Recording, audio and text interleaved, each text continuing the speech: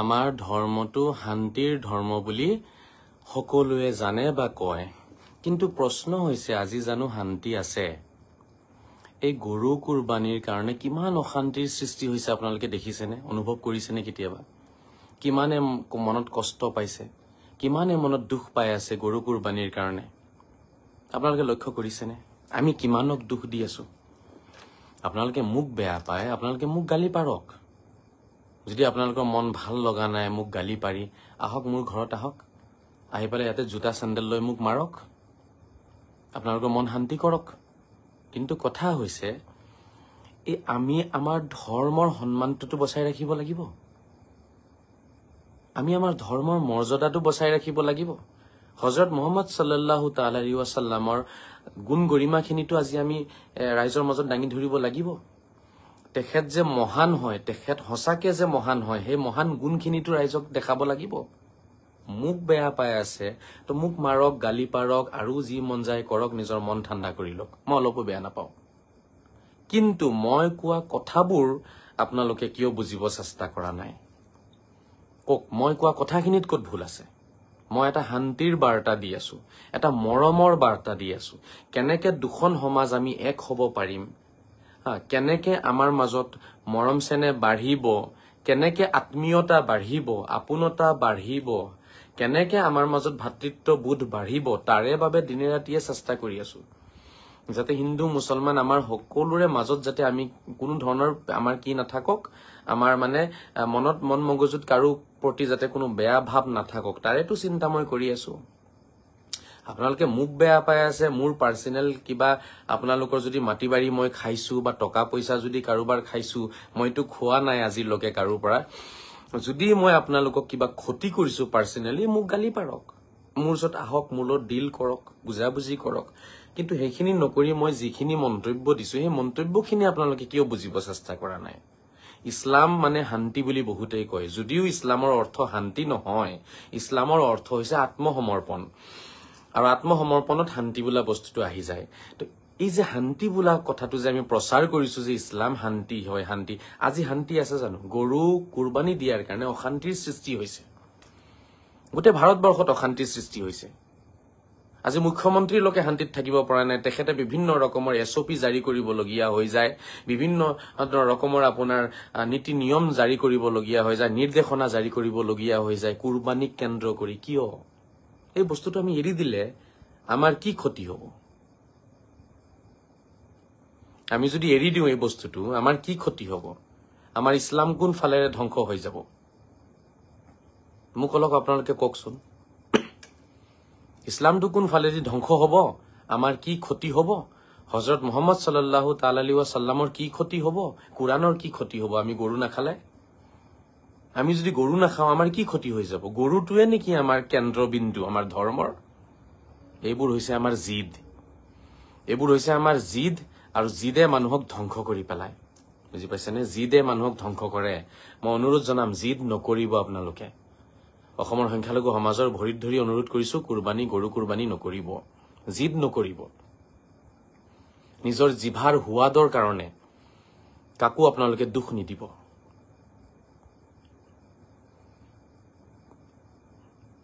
মাত্ৰ জিভাৰ সোৱাদৰ কাৰণে আপোনালোকে এবাৰ নিজকে প্ৰশ্ন কৰক। গৰু মাংস খাই ভাল লাগে কাৰণেইটো আমি জিদ কৰি আছো। নহলে যিসকলে মোক গালি পাৰি আছে তেওঁলোকক যদি মই কোৰআনৰ পৰা আয়াত দিব কওঁ, হাদিস দিব কওঁ যে হযৰত মুহাম্মদে ক'ত কৈছে গৰু কাটি খাব লাগিব, বা আল্লাহে ক'ত কৈছে খাবলে, তেওঁলোকে কোনেও দিব নোৱাৰিব। তেতিয়া তেওঁলোক সদ্ধৰ্মীত আহি যাব, তেওঁলোক আহি পেলাই মোকে গালি পাৰিব, ই বদমাছ, ই দালাল, অমুক তমুক। ঠিক আছে, মই বদমাছ, মই দালাল, মই কিবা কিবি, মোৰ কথাটোৰ উত্তৰটো দিয়ক। মোক সেইটো গালি পাৰিলে আপোনালোকে, মই আপোনালোকৰ গালিটো লৈ ললো। আপুনি মোক দালাল বুলি ক'লে, বদমাছ বুলি ক'লে, মই লৈ ললো। এতিয়া আগবাঢ়ো কথাটোত যে হযৰত মুহাম্মদ সাল্লাল্লাহু তাআলা আলাইহি ওয়াসাল্লামে গৰু খাব লাগিব বুলি, গৰু কুৰবানী কৰিব লাগিব বুলি ক'ত কৈছে তেখেতে? কোনোবাই এটা দেখাব পাৰিবনে হাদিস? মই 6 লাখ হাদিস পঢ়িছো। কিমান? 6 লাখ। এই পৃথিৱীত কোনো হাদিস নাই যি মোৰ চকুৰ সন্মুখেৰে পাৰ হৈ যোৱা নাই। 6 লাখ হাদিস পঢ়িছো, সেইকাৰণে কনফিডেন্সটো মোৰ বহুত বেছি। কাৰণ সম্পূৰ্ণ হাদিসৰ সাগৰ মই এফালৰ পৰা ইফাল সাগৰ পাৰ কৰিছো মই। তাৰ পিছতো মইতো পোৱা নাইকিয়া হজৰত মহম্মদে কৰবাত কৈছে যে গৰু কাটি খাব লাগিব। যদি তেখেতে নাই কোৱা তেতিয়াহ'লে আপুনি আৰু মই কেলে জিদ কৰি আছো কাটি খাম বুলি? মইতো বুজি পোৱা নাইকিয়া।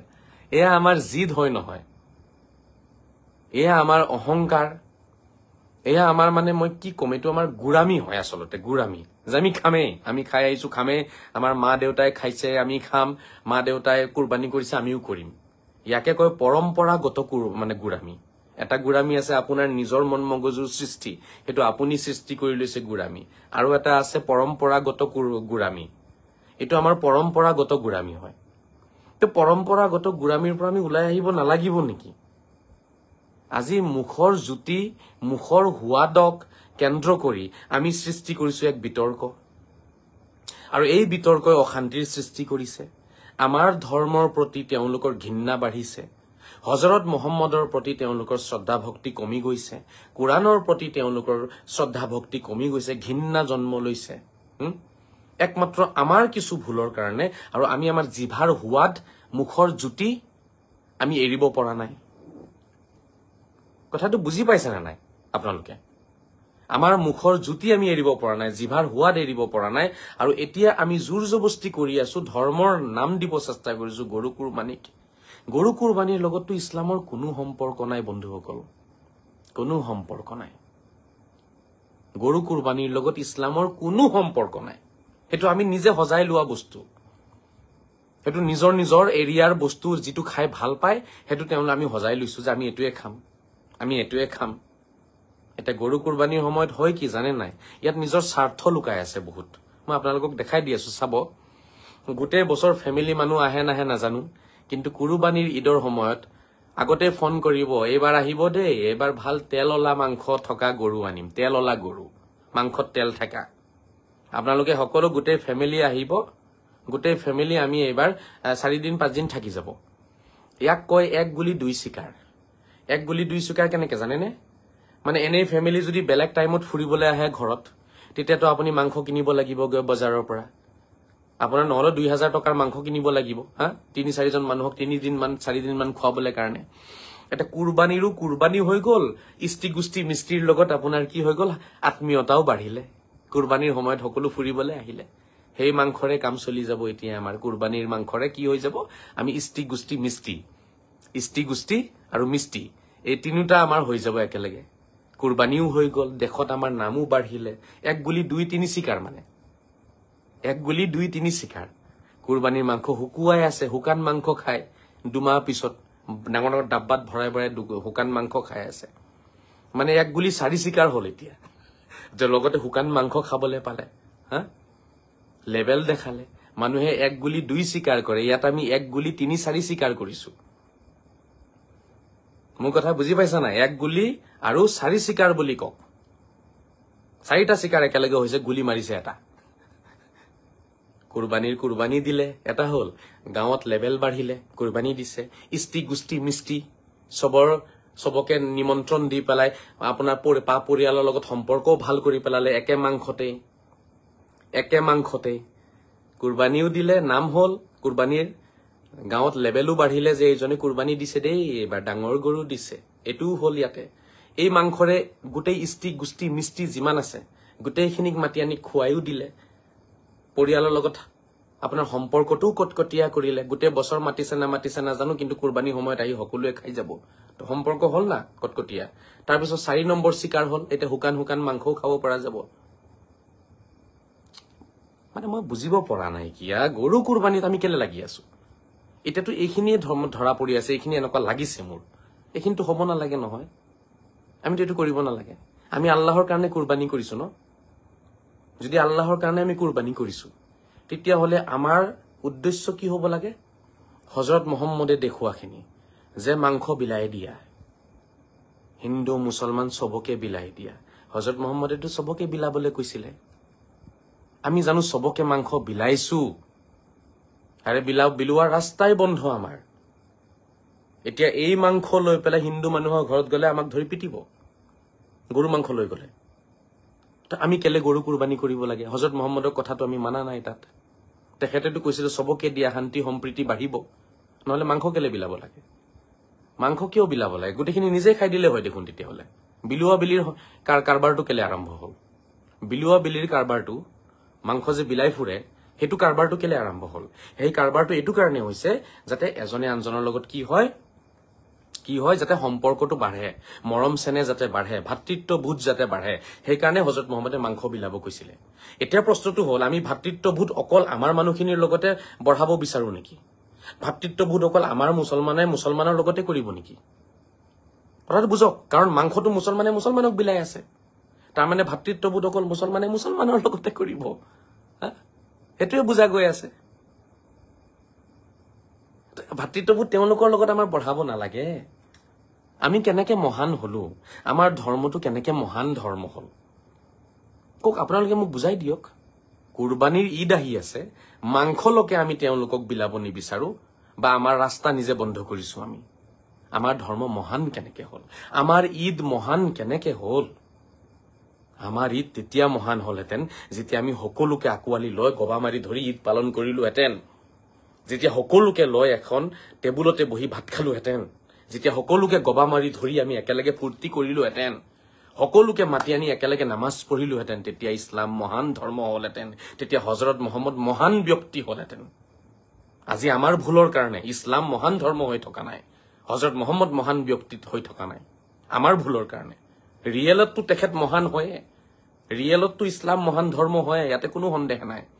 কিন্তু চকুৰে যিটো দেখা গৈ আছে, যিটো পৰিৱেশ আমি পাই আছো, সেই পৰিৱেশ বা সেই চকুৰে দেখা কৰ্মখিনিক দেখি লাগে যে ইছলাম যেন মহান ধৰ্ম নহয়ে নেকি, হজৰত মহম্মদ যেন মহান ব্যক্তি নহয়ে নেকি, তেনেকুৱা লাগি আছে ন।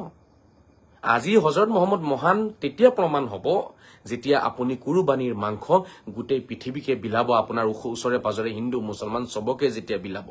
আৰু কুৰবানীৰ মাংস চবকে বিলাবলে হলে সেই মাংসটো কি হব লাগিব? গৰুৰ মাংস হব নোৱাৰে। সেই মাংসটো ছাগলীৰ মাংস হব লাগিব। তেতিয়াহে বিলাব পাৰিব আপুনি। কাৰণ ছাগলী প্ৰতিটো ধৰ্মৰ মানুহে খায়, কিন্তু গৰু নাখায়। মোৰ কথা বুজি পাইছে নে আপোনালোকে? গালি পাৰিব মন গৈছে, পাৰক না, গালি পাৰি লওক। মই লাগিলে অলপ সময় ৰৈ দিওঁ, গালি পাৰক। যেতিয়া গালি পাৰা আপোনালোকৰ শেষ হব গোটেই অসমৰ মানুহৰ, তাৰপিছত আপোনালোকে মোৰ পইণ্টখিনি বুজিব চেষ্টা কৰক মই কি কৈ আছো, বা মোৰ পইণ্টখিনিৰ আপোনালোকে উত্তৰ বিচাৰক, বা আপোনালোকে কওক আপোনালোকৰ মনৰ কথাবোৰ। গালি পাৰি পেলাই আপোনালোকে এটা কথা দবাই দিব চেষ্টা কৰে যে মোৰ ভিতৰত কিবা বেয়া গুণ আপুনি দেখিছে, তো মোক গালি পাৰক। সেইটো মোৰ সেই গুণটোৰ ওপৰত গালি পাৰক। কিন্তু যিটো কথা মই কৈ আছো, সেই কথাটোত পইণ্ট আছে নে নাই, লজিক আছে নে নাই, সেইটো আপোনালোকে চাই লওক। সেইটো চাই লওক। সেইখিনি আপোনালোকে বুজিব লাগিব। মুখৰ জুতি, মুখৰ সোৱাদ। গৰু মাংস খাই ভাল লাগে যে, সেইটো কাৰণে আমি ইছলামক বদনাম কৰিব নোৱাৰো। গৰু মাংস খোৱাৰ লোভত আমি হজৰত মহম্মদক বদনাম কৰিব নোৱাৰো। গৰু মাংস খোৱাৰ লোভত আমি কোৰাণক বদনাম কৰিব নোৱাৰো। কাৰণ কোৰাণে গৰু মাংস খাবলৈ কাৰণে আমাক কোৱা নাই, হজৰত মহম্মদেও গৰু মাংস খাবলৈ কাৰণে কোৱা নাই। ইছলামেও আমাক এই বস্তুটো বাধ্যতামূলক কৰাই নাই কুৰবানীটো।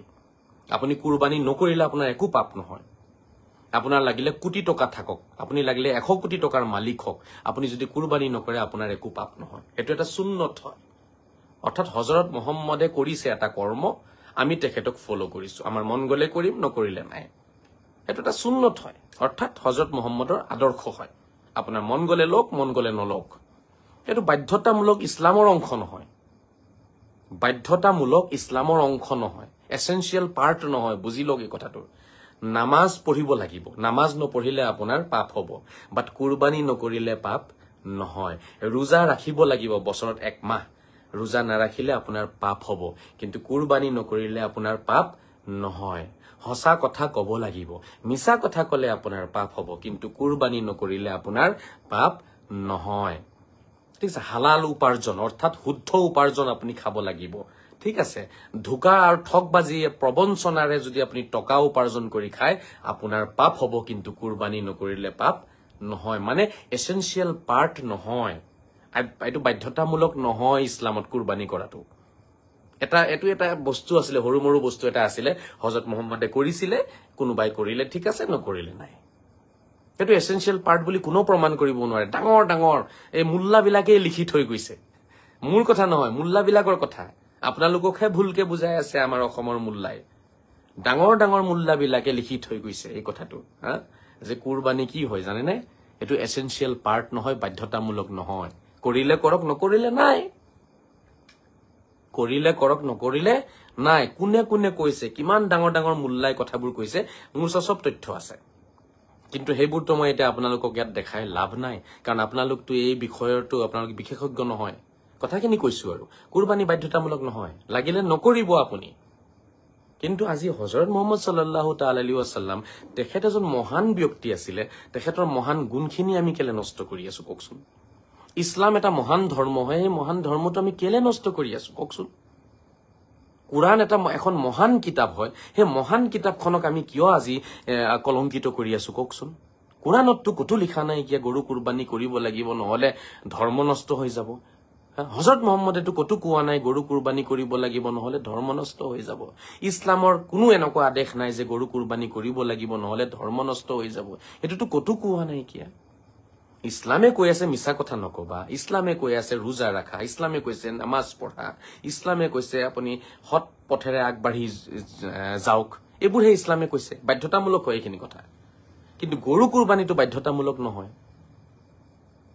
গতিকে কথাখিনি আপোনালোকে বুজি লওক। এনেই কিবা এটা কথাত মোৰ লগত আপোনাৰ বেয়া পোৱা পুই আছে বা মনৰ অমিন আছে, মন মিলা নাই, মতভেদ আছে, তেতিয়া আপুনি সেইটো কথাত মোক গালি পাৰি থাকক। বাট সব কথাতে আপোনালোকে এই গুৰামী এটা দেখুৱাই পেলাই এনেই বোলে গালি চালি পাৰি পেলাই মোকতো অপমান একো কৰা নাই। আপোনালোকে নিজৰ ধৰ্মক অপমান কৰিছে, হযৰত মুহাম্মদক অপমান কৰি আছে। আপোনালোকে বুজি পাইছেনে? শ্ৰদ্ধা ৰাইজ, মোৰ কথাখিনি বুজি পাইছেনে? মই যিমান ধুনীয়াকে কথাখিনি কৈ দিও আপোনালোকক, কোনোবাই জানো কয়? আজিলৈকে কোনোবাই আপোনালোকক বুজাইছেনে এইবোৰ কথা, ৰহস্যৰ কথা? যিটো চলি আহিছে চলিয়ে আহিছে, কৰিব লাগে কৰিবই লাগে। কোনোবাই এতিয়া বুজিব ট্ৰায়ে নকৰিলে বা নুসুধিলেও যে কেলে কৰিব লাগে, কৰ পৰা আহিলে, কি কথা, বাধ্যতামূলক হয় নেকি? জীৱ হত্যা কৰিলে আল্লাহ কেলে হেপি হৈ যাব, জীৱ হত্যা নকৰিলে আল্লাহে মনত কেলে কষ্ট লব, এইবোৰ জানো কেতিয়াবা আমি চেষ্টা কৰিছো বুজিবলৈ কাৰণে? আৰু আজি মই কথাখিনি আপোনালোকৰ নিজ ভাষাত, একেবাৰে সহজ ভাষাত আপোনালোকক মই বুজাব চেষ্টা কৰি আছো। কাৰণ এই গৰুক কেন্দ্ৰ কৰি অশান্তি সৃষ্টি হৈছে গোটেই ভাৰতবৰ্ষত। আনকি চৰকাৰলৈকে অশান্তিত আছে। চৰকাৰে বিভিন্ন ৰকমৰ নিয়ম পালন কৰিবলগীয়া হৈ আছে, নিয়ম বনাবলগীয়া হৈ আছে আমাৰ কাৰণে। কিয় শ্ৰদ্ধা ৰাইজ, কিয়? কথাখিনি বুজক, অনুৰোধ কৰি আছো আপোনালোকক মই। গৰু কুৰবানী নকৰিব। গৰু কুৰবানী কৰিলে হযৰত মুহাম্মদ সাল্লাল্লাহু তাআলা আলাইহি ওয়াসাল্লামৰ আদৰ্শখিনি কুৰবানী কৰি দিয়া হ'ব। তেখেতে হাজাৰবাৰ আমাক কৈছে যে ওচৰ চুবুৰীয়া দেশবাসীক আমি কেতিয়াও কষ্ট দিব নালাগে। ওচৰ চুবুৰীয়া আৰু দেশবাসীক কষ্ট দিয়াটো সেইটো হাৰাম হয়, নিষিদ্ধ হয়, পাপ হয়। আৰু গৰু কুৰবানী কৰি পেলাই আমি ওচৰ চুবুৰীয়া দেশবাসীক আমি কি কৰি আছো?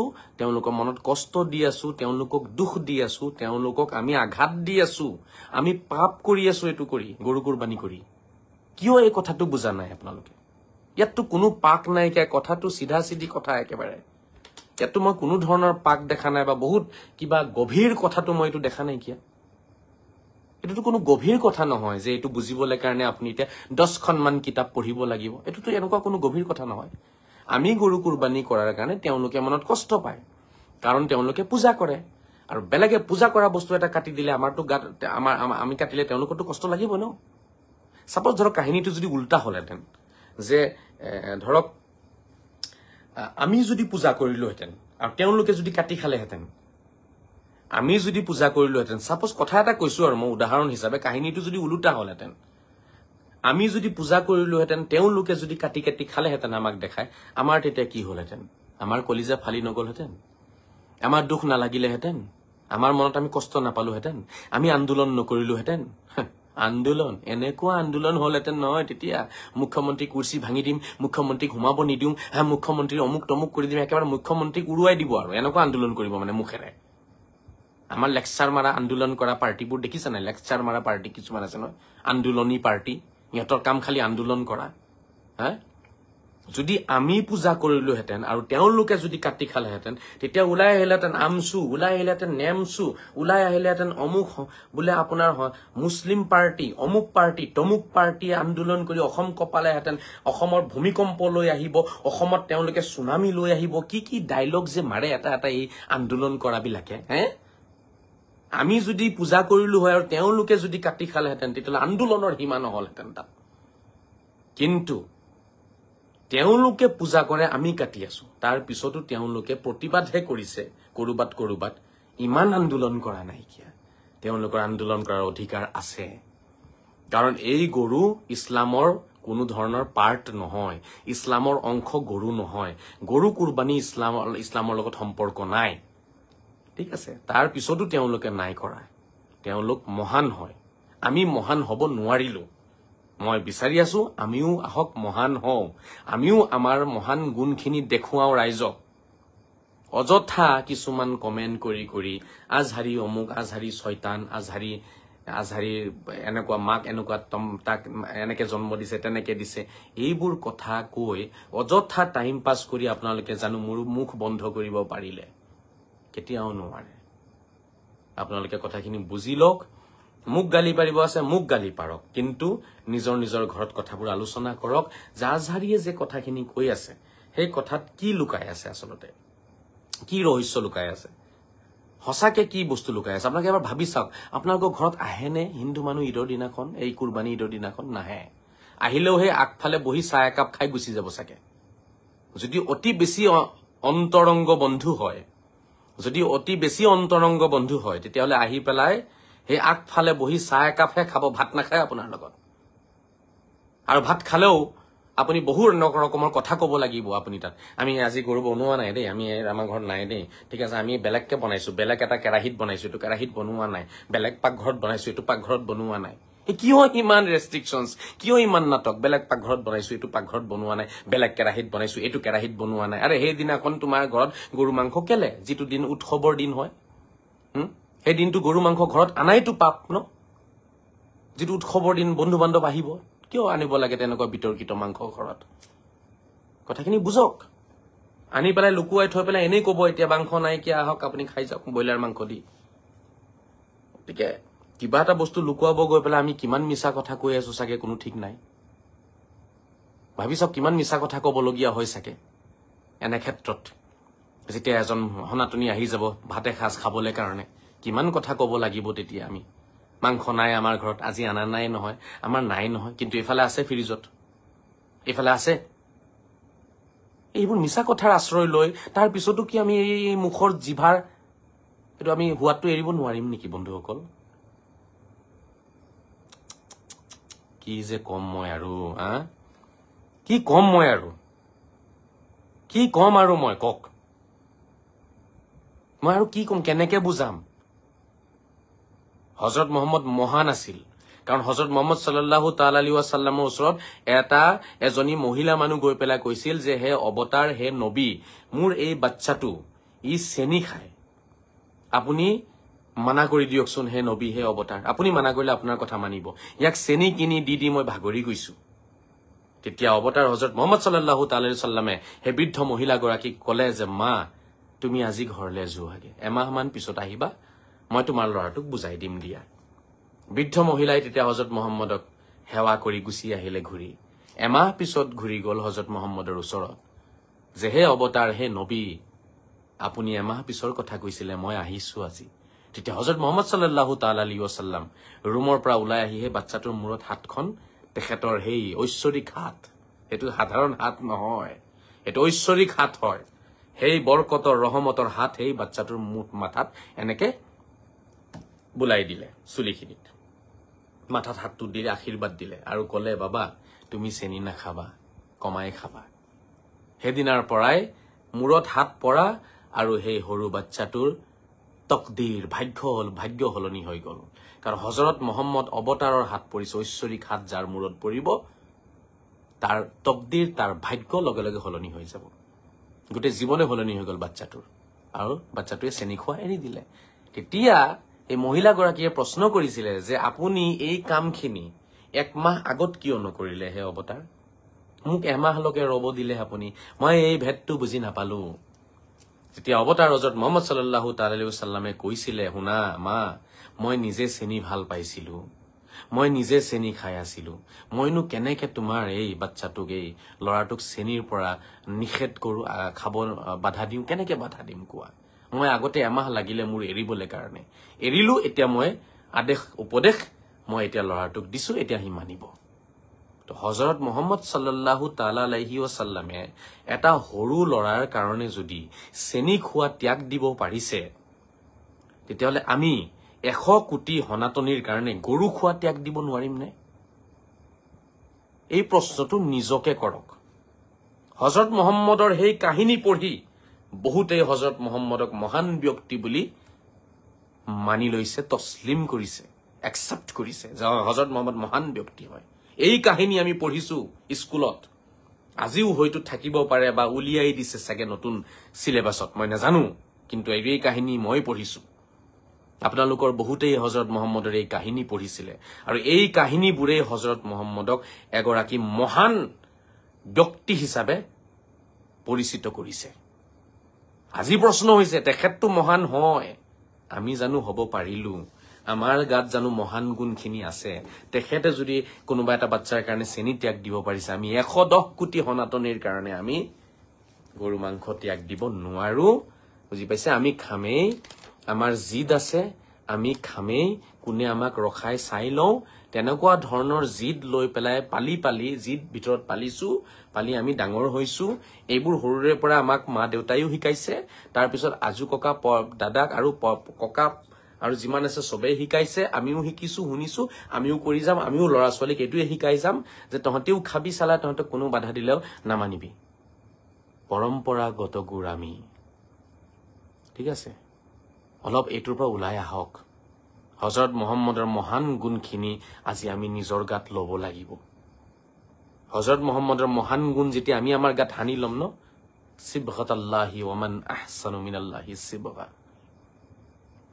সিবগাতাল্লাহি ওয়া মান আহসানু মিনাল্লাহি সিবগা আল্লাহৰ ৰং হানক নিজৰ গাত আল্লাহৰ ৰঙতকৈ ভাল ৰং একো হ'ব নোৱাৰে আল্লাহৰ ৰং কি যিখিনি হযৰত মুহাম্মদে আমাক দেখুৱাইছে সেইখিনি আল্লাহৰ ৰং হয় সেইখিনি আল্লাহৰ আদেশ উপদেশ হয় সেইখিনি আজি আমি নিজৰ গাত আনিব লাগিব এই কথাটোৱে কোৰানত কৈছে সিবগাতাল্লাহ ওয়া মান আহসানু মিনাল্লাহি সিবগা গতিকে বন্ধুসকল মই বাৰম্বাৰ কৈ আহিছো আজি হযৰত মুহাম্মদৰ আদৰ্শক আমি কি কৰা হ'ব বলি দিয়া হ'ব হযৰত মুহাম্মদক বলি দিয়া হ'ব এক প্ৰকাৰৰ যদিহে আমি হযৰত মুহাম্মদৰ আদৰ্শখিনি নামানো যদিহে আমি কুৰবানী কৰো গৰু তেতিয়ালে হযৰত মুহাম্মদৰ আদৰ্শক বলি দিয়া হ'ব বন্ধুসকল বুজি পাইছেনে নাই বুজা সাগে এতিয়াও যদি নাই বুজা মই কি কম হযৰত মুহাম্মদে বাৰে বাৰে কৈছে ওচৰ সুবুৰীয়া দেশবাসী কোনো মানুহকে কষ্ট নিদিবা মনত আমি গৰু কুৰবানী কৰি কোটি কোটি মানুহৰ মনত যে কষ্ট দি আছো এই কুৰবানী আল্লাহে কেতিয়াও গ্ৰহণ নকৰে নিজকে হুদকচোন কুৰবানী দিয়াৰ পিছত জানো আপোনাৰ ঘৰৰ পৰা সমস্যাবোৰ দূৰ হৈছে আপোনাৰ এই বিজনেছ ভাল হৈছে নে কিবা দুই এজনৰ হৈ যাব পাৰে কিন্তু সমস্যা থাকিয়ে যায় দেখোন আমাৰ আল্লাহে যদি গ্ৰহণে কৰে আমাৰ বহুত ভুল আছে আমাৰ মনটো ভাল নহয় আমাৰ মন অপবিত্ৰ হয় ঠিক আছে আমি হিংসাতে কুৰবানী কৰি আছো হিংসা মনত লৈছো হিংসা মনত লৈছো ৰাগ গুচ্ছা ঠিক আছে কাৰোবাৰ প্ৰতি ক্ৰোধ কাৰোবাৰ প্ৰতি জিদ এইবোৰ লৈ পেলাই কুৰবানী দি একো লাভ নাই এই মানুহক দেখাবলৈ কাৰণে গৰু কিনি আনি কুৰবানী দি একো লাভ নাই এই মানুহক মাংস বিলাবলৈ কাৰণে 200 টোপোলা বিলালো নে 300 টোপোলা বিলালো 400 বিলালো নে 500 টোপোলা বিলালো টোপোলাখিনি বিলাই নিজৰ বন্ধুসকলৰ মাজত আহি পেলাই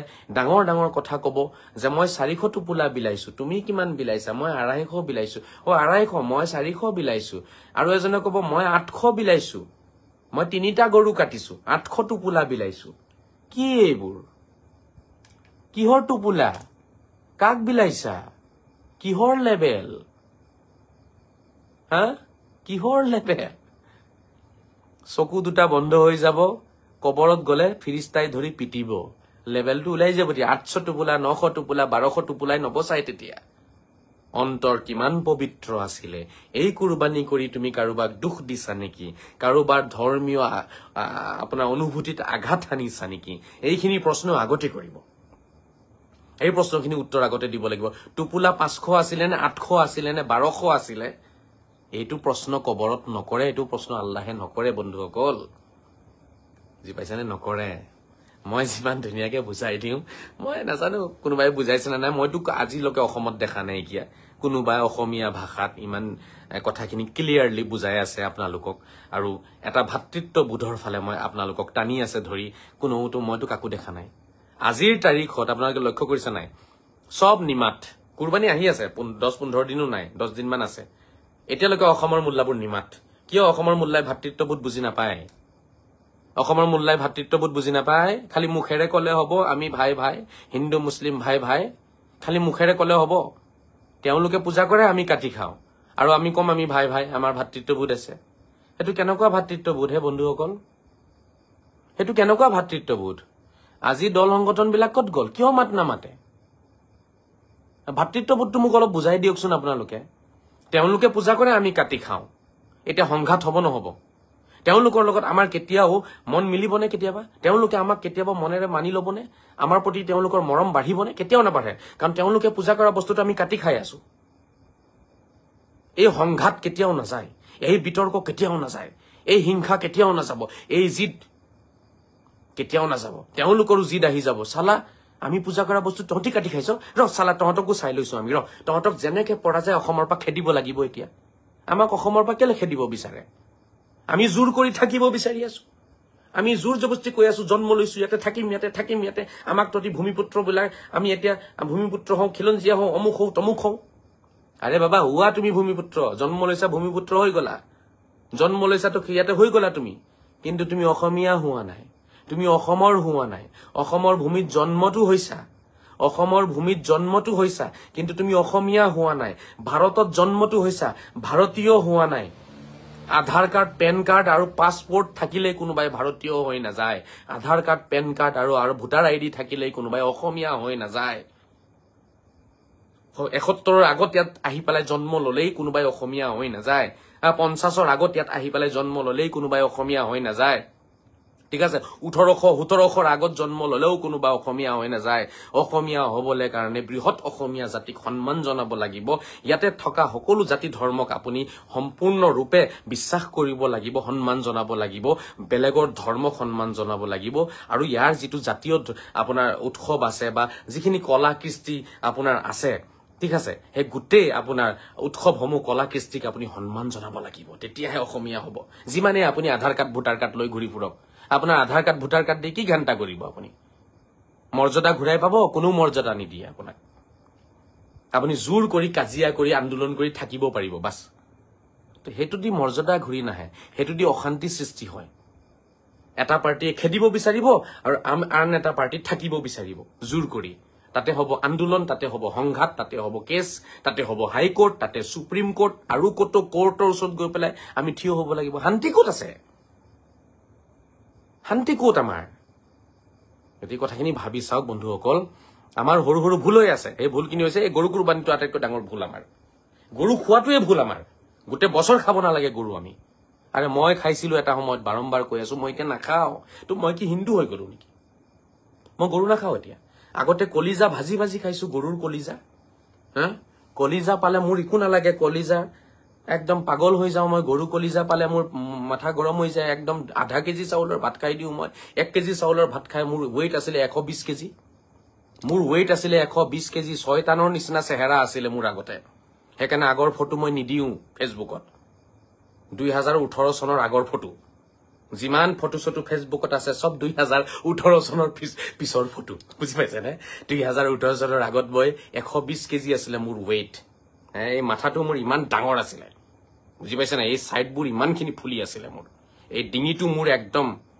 গন্ডাৰৰ ডিঙি আছিলে গন্ডাৰ চিনি পায় তেনেকুৱা টাইপৰ মই এক অদ্ভুত প্ৰাণী আছিলো কি হৈছিল কৈছো নহয় কলিজা পালে মাংস পালে মই আধা কেজি 1 কেজি ভাত খাই দিছো আজি হেই মুস্তাফা কামাল আজহাৰী মই নিজকে হলনি কৰিছো মোৰ ভুলখিনি মই অনুভৱ কৰিছো অনুতপ্ত হৈছো প্ৰায়শ্চিত কৰিছো মই ইন্নাল্লাহা লা ইউগাইয়িৰু মা বিকৌমিন হাত্তা ইউগাইয়িৰু মা বিআনফুসিহিম যেতিয়ালৈকে আপুনি নিজকে হলনি নকৰিব আপোনাৰ ভুলখিনি যেতিয়ালৈকে আপুনি শুধৰাই নলব আল্লাহ ঈশ্বৰ ভগৱানে আপোনাক কেতিয়াও শুদ্ধ ৰাস্তাত টানি নানে আৰু কেতিয়াও ভুল শুধৰাই নিদিয়ে আপুনি নিজৰটো নিজে শুধৰাব লাগিব আজি মোৰ ভুলখিনি মই বুজিছো সেইকাৰণে মই আপোনালোকক বুজাব বিচাৰি আছো মই আধা কেজি 1 কেজিকে মাংস খাই দিয়া মানুহ মই আজি নাখাও মোৰ ভুল হৈছে যিখিনি হৈছে অসমৰ ৰাইজৰ আগত মই ক্ষমা খুজিছো বাৰম্বাৰ যে মই খাইছিলো মই নাখাও এতিয়া মই নাখাও মোক মানুহে জোৰ কৰিলেও মই নাখাও মোক বহুতে কয় আপুনি মনে মনে খাই দিয়ক আমি নকম কিছু আচ্ছা মনে মনে খাই দিম মই এতিয়া গৰু মাংসটো তোমালোকৰ লগত মোৰ সন্মুখত 2-4 জনে খায় মই মানা কৰো নাখাবা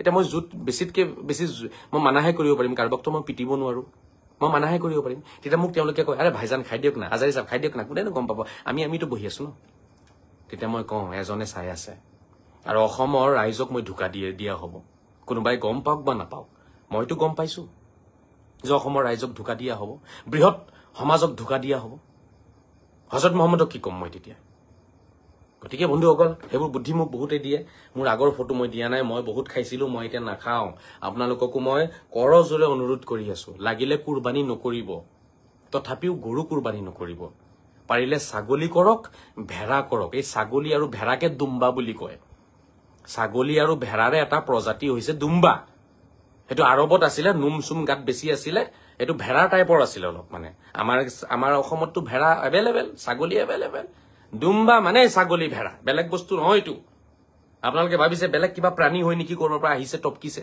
বেলেগ কোনো ভেড়া আপোনাৰ প্ৰাণী নহয় আৰব কান্ট্ৰিত যেটো ছাগলী বা ভেড়া আছিল হেতুৰে এটা প্ৰজাতি হয় দুম্বা এতিয়া আপুনি ছাগলীকো দুম্বা কৈ দিব পাৰিব ভেড়াকো দুম্বা কৈ দিব পাৰিব অলপ সলপ ডিফাৰেন্স থাকে যেনেকৈ মানুহ বেলেগ এতিয়া আফ্ৰিকান মানুহবিলাকো মানুহে হয় আমাৰ ইণ্ডিয়ান মানুহে হয় বাট আফ্ৰিকানৰ চুলি তুলি চাও তেওঁলোকৰ লিপছ খিনিয়ে হকত হা এটা আফ্ৰিকানৰ যি গুণ আছে আপোনাৰ গাত মোৰ গাত নাই এজন আফ্ৰিকানৰ এটা ইণ্ডোনেছিয়াক থিয় কৰাই দিলে আফ্ৰিকানটো হে 6 ফুটিয়া 7 ফুটিয়া ইণ্ডোনেছিয়াটো হে 3 ফুটিয়া 4 ফুটিয়া তো এতিয়া আপুনি কি ক'ব এই আফ্ৰিকানৰ 7 ফুটিয়াটো মানুহ হয় ইণ্ডোনেছিয়াৰ 4 ফুটিয়াটো মানুহ নহয় নেকি এই চাইনাৰ বিলাক দেখিছা নাই চকু দিগল দিগল গাত শক্তি আছে নে নাই নালাগে তেওঁলোকক দেখিবলৈ কাৰণে মানুহ যেনে নালাগে আৰে ভাই মানুহ হয় সব খালি প্ৰজাতি বেলেগ বেলেগ বা সম্প্ৰদায় বেলেগ বেলেগ তেওঁলোকৰ ওয়েদাৰ বেলেগ বেলেগ কালচাৰ বেলেগ বেলেগ বাট মানুহে হয় ঠিক তেনেকে ছাগলী বা দুম্বা একেই বস্তু হয় বুজি পাইছেনে আৰবত আছিলে নুমসুম গাত আছিলে অলপ হিংসিং বিলাক বেলেগ কোৱালিটিৰ আছিলে দেখাত তো দুম্বা হেতুকে আমাৰ ইয়াতে কি কোৱা যায় ছাগলী বা ভেড়া বুলি আপুনি ক'ব পাৰে গতিকে অসমৰ ৰাইজক অনুৰোধ জনাম মই যেটো দুম্বা ইব্ৰাহিম নবীয়ে সন্তান কুৰবানী দিয়াৰ সময়ত যেটো পহু কুৰবানী হৈছিল হেতু আছিল ছাগলী বা ভেড়া আপুনি ভেড়া কলে বেছি উপযুক্ত হ'ব কাৰণ দুম্বাৰ ফটোবোৰ আপোনালোকে চাব অলপ ভেড়া টাইপৰে লাগে দেখিবলৈ কাৰণে কিন্তু এটো আৰবিয়ান ভেড়া আছিল বুলি ক'ব পাৰে আমাৰ অসমীয়াত দুম্বাৰ অৰ্থটো আৰবিয়ান ভেড়া বুলিয়ে ক'ব লাগিব আৰু কি ক'ব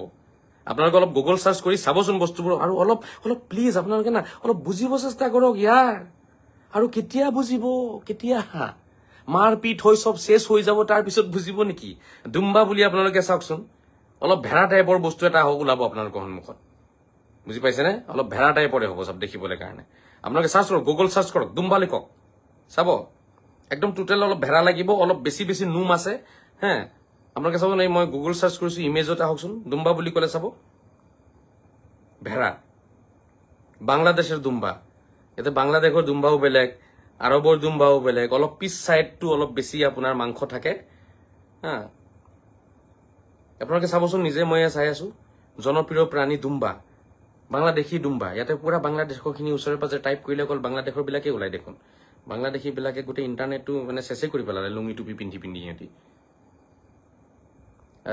দিনাজপুরের মরুর প্রাণী দুম্বা খামার দিনাজপুরের দাম দুম্বা অলপ মই ব্যাক ক্যামেরা দিয়ে দেখাইছো চাওক ভেড়া ছাগলীকে দুম্বা বুলি কয় এই মূৰ্খ মুল্লাবিলাকে নাজানে দেখিছে দুম্বা এটো দুম্বা হয় ভেড়া হয় না কক আপোনালোকে এইবোৰ দেখিছে না সব দুম্বা হয় এইবোৰ আপোনালোকে চাওক এটো দুম্বা দেখিছে না শখের বসে দুম্বা পালন এটো হয় নহয় ভেড়া লিখা লাগিছে না দেখিবলৈ কক এই দেখিছে না আপোনালোকে অলপ চাওক এটো চাওক দুম্বা এটোকে দুম্বা এটোৱে আমি ভেড়া বুলি কওঁ ভেড়াৰে এটা কি হয় জাতি প্ৰজাতি হয় ভেড়াৰে এটা কোৱালিটি হয় বুজি পাইছে ইয়াতকে বেছি একো নাই ইয়াত আৰু আপোনালোকে নিজে সাৰ্চ কৰক দুম্বা কাক কয় তো আমাৰ অসমত দুম্বা আছে, ভেড়া আছে, ছাগলী আছে। হা, বুজি পাইছা নাই? আমাৰ অসমত দুম্বা আছেতো, কেলে নাই? এই ভেড়াটোৱে হয়। এই ভেড়াৰ আন এটা কোৱালিটি আছে, যিটো আপোনাৰ ক'ত আছে, এইটো আৰবত পোৱা যায়, মৰুভূমিত পোৱা যায়, বা বাংলাদেশত পোৱা যায়, আৰু ক'তবা পোৱা যায়, এইটোকে দুম্বা বুলি কয়, সেইটোৱে ভেড়া হয়। গতিকে শ্ৰদ্ধাৰ ৰাইজ, মই যিমান পাৰো বুজাই আছো আপোনালোকক, বুজিব চেষ্টা কৰক, আৰু এই ভাতৃত্ববোধ বজাই ৰাখক। মুখেৰে নকব আমি ভাই ভাই, নিজে গৰু কাটি খাব, ঠিক আছে, গৰু কুৰবানী কৰিব, আৰু কব হিন্দু মুছলমান ভাই ভাই। এইটো কেলে কয়? পূজা কৰা বস্তুটো কাটিছে তেওঁলোকৰ, আকৌ কৈ আছে হিন্দু মুছলমান ভাই ভাই। এইটো কেনেকুৱা ধৰণৰ ভাই ভাই হল? এইটো মানে সঁচাকে কিন্তু বহুত ডাঙৰ কমেডি হব কিন্তু এই কথাটো। কিমান ডাঙৰ কমেডি এইটো ভাবি চাওকচোন, ভাবি চাওক এবাৰ আপোনালোকে, কিমান ডাঙৰ কমেডি এইটো। কপিল শৰ্মাক গৈ কৈ দিব লাগিব কথাখিনি, মই লগ পোৱা নাই, নহলে মই কৈ দিলো হেঁতেন। কমেডি কৰিব লাগে। हम तो भाई भाई है यार, लेकिन बस हम तुम्हारा वाला जो तुम पूछते हो ना उसको काट के खाएंगे, हम काट के खाएंगे, लेकिन हम तो भाई भाई हैं भाई। আমি তো ভাই ভাই ভাই, আমাৰ মাজত ভাই ভাই আছে চব। কিন্তু তোমালোকে পূজা কৰাটো আমি খাম, কিন্তু সেইটো কিন্তু খাম বাবা, সেইটো নেৰু। আমি কিন্তু ভাই ভাই। এইটোকে নেকি ভাতৃত্ববোধ কয় বন্ধুসকল? শ্ৰদ্ধা ৰাইজ, ইয়াকে কয় নেকি ভাতৃত্ববোধ? ভাতৃত্ববোধৰ অৰ্থটো কি? আৰু ত্যাগ, ইছলাম মানে ত্যাগ নহয় নেকি? আমি ইছলামৰ কাৰণে ত্যাগ দিব পাৰিছো? নাই পৰা। হযৰত মুহাম্মদে চেনি ত্যাগ দিছিলে, আমি মাংস ত্যাগ দিব পাৰিম? প্ৰশ্ন ইয়াতে সোমাই আছে। হযৰত মুহাম্মদে চেনি ত্যাগ দিছিলে এটা সৰু লৰাৰ কাৰণে, আমি 110 কোটি মানুহৰ কাৰণে গৰু মাংস ত্যাগ দিব পাৰিম? পাৰিম নে? নিজকে প্ৰশ্ন কৰক, নিজৰ আনসাৰ নিজে লওক, তাৰ পিছত নিজকে আপুনি হুদক, আপুনি কিমান ডাঙৰ হযৰত মুহাম্মদৰ অনুসৰণকাৰী, অনুগামী, হযৰত মুহাম্মদৰ কিমান গুণ আপোনাৰ ভিতৰত আছে, হযৰত মুহাম্মদক আপুনি অন্তৰ আত্মাৰে ভাল পায় নে নাপায়, নিজকে নিজে প্ৰশ্ন কৰক। নিজৰ প্ৰশ্নৰ উত্তৰ নিজেই পাই যাব বন্ধুসকল, নিজেই পাই যাব। হযৰত মুহাম্মদে চেনি ত্যাগ কৰিছিলে, আজি আমি 100 কোটি সনাতনীৰ কাৰণে গৰু মাংস ত্যাগ কৰিব পাৰিম নে? এবাৰ নিজকে হুদক। যদি আপোনাৰ মনে কৈ আছে নেৰু নেৰু যা নেৰু যা, হযৰত মুহাম্মদে চেনি এৰিছে আমি নেৰু, তেতিয়াহ'লে গম পাই যাব আমি কিমান ডাঙৰ অনুসৰণকাৰী আৰু কিমান ভক্ত হযৰত মুহাম্মদৰ। এটা লৰাৰ কাৰণে চেনি এৰিছিলে নাই? এইটো অসমীয়া কিতাপত আপুনি কাহিনীটো আপোনালোকে পঢ়িছে নপঢ়িছে? নিশ্চয় পঢ়িছে আপোনালোকে। এদিন মুখ্যমন্ত্ৰী ডাঙৰীয়াকো মই শুনি আছিলো, তেখেতে কথাটোৱে কৈ আছিলে যে হযৰত মুহাম্মদ সাল্লাল্লাহু তাআলা আলাইহি ওয়াসাল্লাম বিশ্ব নবী এজন কি আছিলে? মৰ্যাদা পুৰুষোত্তম এগৰাকী ব্যক্তি আছিলে, মানৱ শ্ৰেষ্ঠ ব্যক্তি আছিলে। এটা লৰাৰ কাৰণে চেনি খোৱা ত্যাগ দিছিলে, সেইকাৰণে তেখেত মহান হৈছিলে। আৰু আজি সেই মহান ব্যক্তিজনৰ অনুসৰণকাৰী আমি, আমাক তেওঁলোকে বাৰম্বাৰ কৈ আছে, তেওঁলোকে দুখ প্ৰকাশ কৰি আছে, তাৰ পিছতো আমি গৰু মাংস ত্যাগ নিদিওঁ।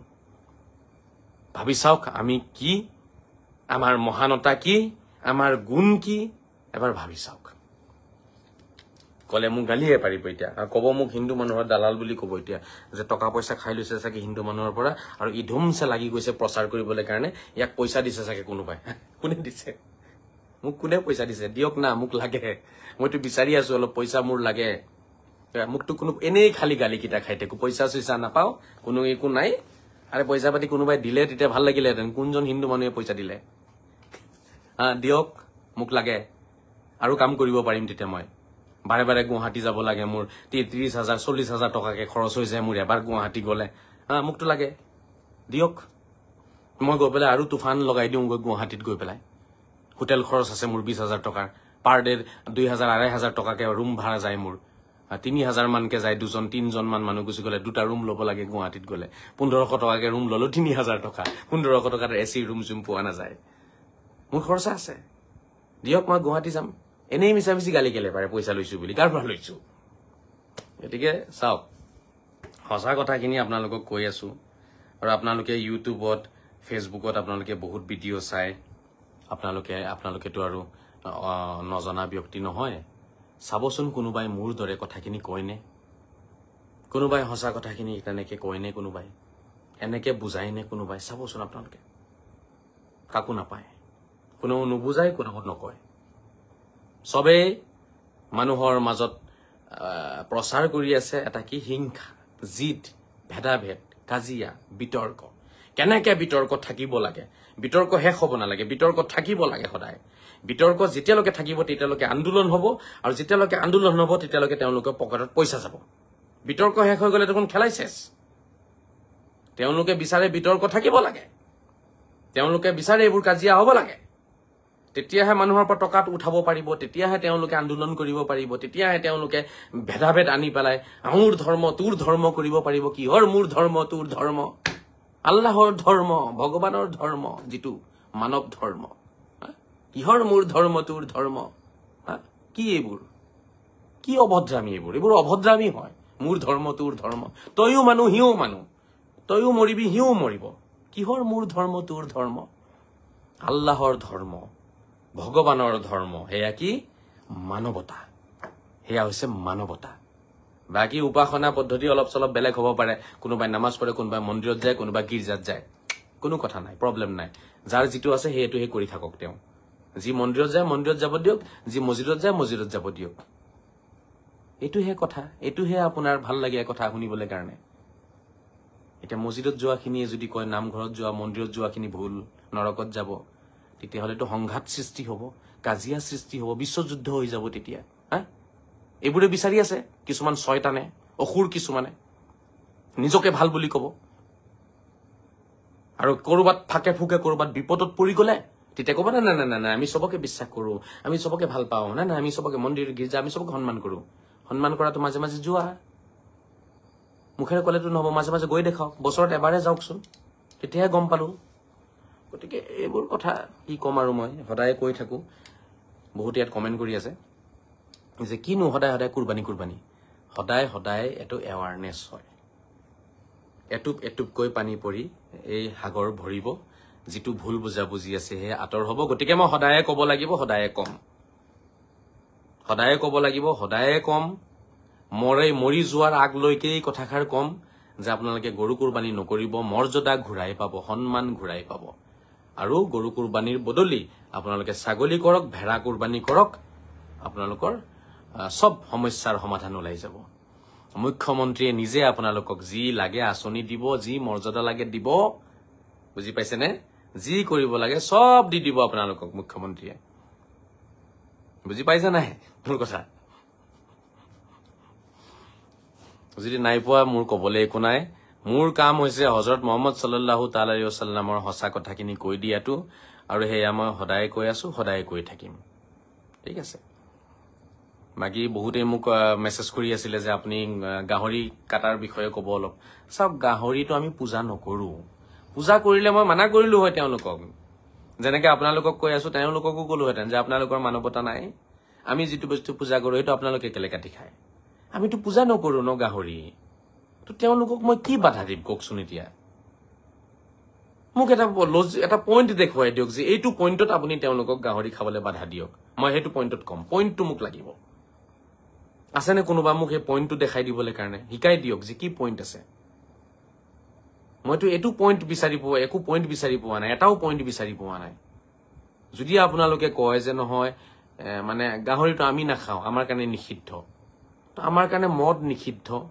আমাৰ কাৰণে সাদা বিড়ি নিষিদ্ধ আমাৰ মানুহে মদও খাই আছে সাদা বিড়িও খাই আছে এটা কি মই মদৰ দোকান ভাঙি দিব কম নি গৈ পেলাই নে সাদা বিড়ি বিক্ৰী কৰিব মানা কৰিম মইতো মানা কৰিয়ে আছো আমাৰ কাৰণে যেনেকে মদ নিষিদ্ধ সাদা বিড়ি নিষিদ্ধ ঠিক তেনেকে গাহৰি মাংস নিষিদ্ধ আমাৰ কাৰণে তো আমাৰ কাৰণে সেইটো নিষিদ্ধ এটা পদাৰ্থহে হয় আমাৰ কাৰণে পূজনীয় পদাৰ্থ নহয় আমি আমাৰ কাৰণে যিটো নিষিদ্ধ সেইটো তেওঁলোকে খালে খাওক নাখালে নাখাওক সজাই ৰাখক ফ্ৰিজত ৰাখক আৰু কৰবাত ৰাখক আমাৰ কি আহে যায় ইয়াৰ মোৰ কথা বুজি পাইছে নাই আপোনালোকে যিটো বস্তু আমাৰ কাৰণে নিষিদ্ধ সেই বস্তুটো এতিয়া কোনোবাই যদি ফ্ৰিজত ভৰাই ৰাখে কোনোবাই ৰাতিপুৱা এবাৰ খায় কোনোবাই দুপৰীয়া এবাৰ খায় কোনোবাই ৰুটিৰ লগত খায় কোনোবা পোলাওৰ লগত খায় তো আমাৰ কি আহে যায় আমাৰ কাৰণে নিষিদ্ধ আমি নাখাওঁ আমাৰতো গাত লাগিবলগীয়া একো নাই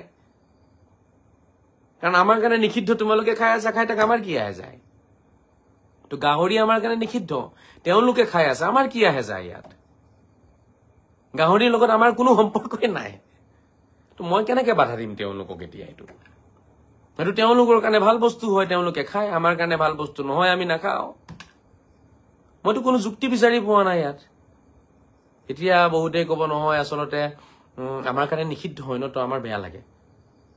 তো বেয়া লাগে, তো বজাৰত দেখোন মদ বিক্ৰী হৈ আছে, সেইটোত বেয়া লাগে নাই?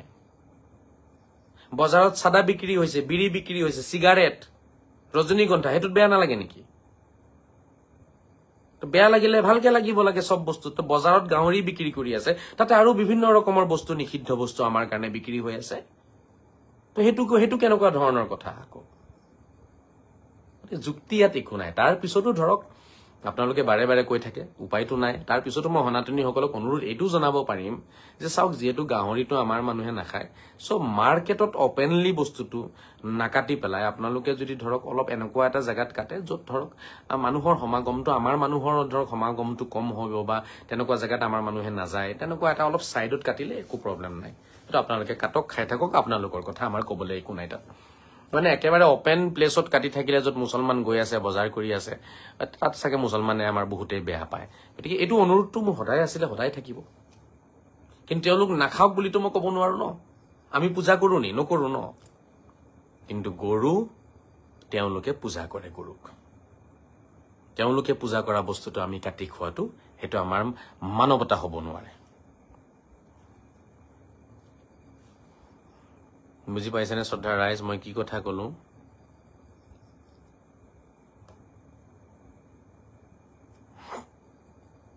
কোনোবাই যদি এই বিষয়ে অলপ চৰ্চা কৰিব বিচাৰে আহিব পাৰে।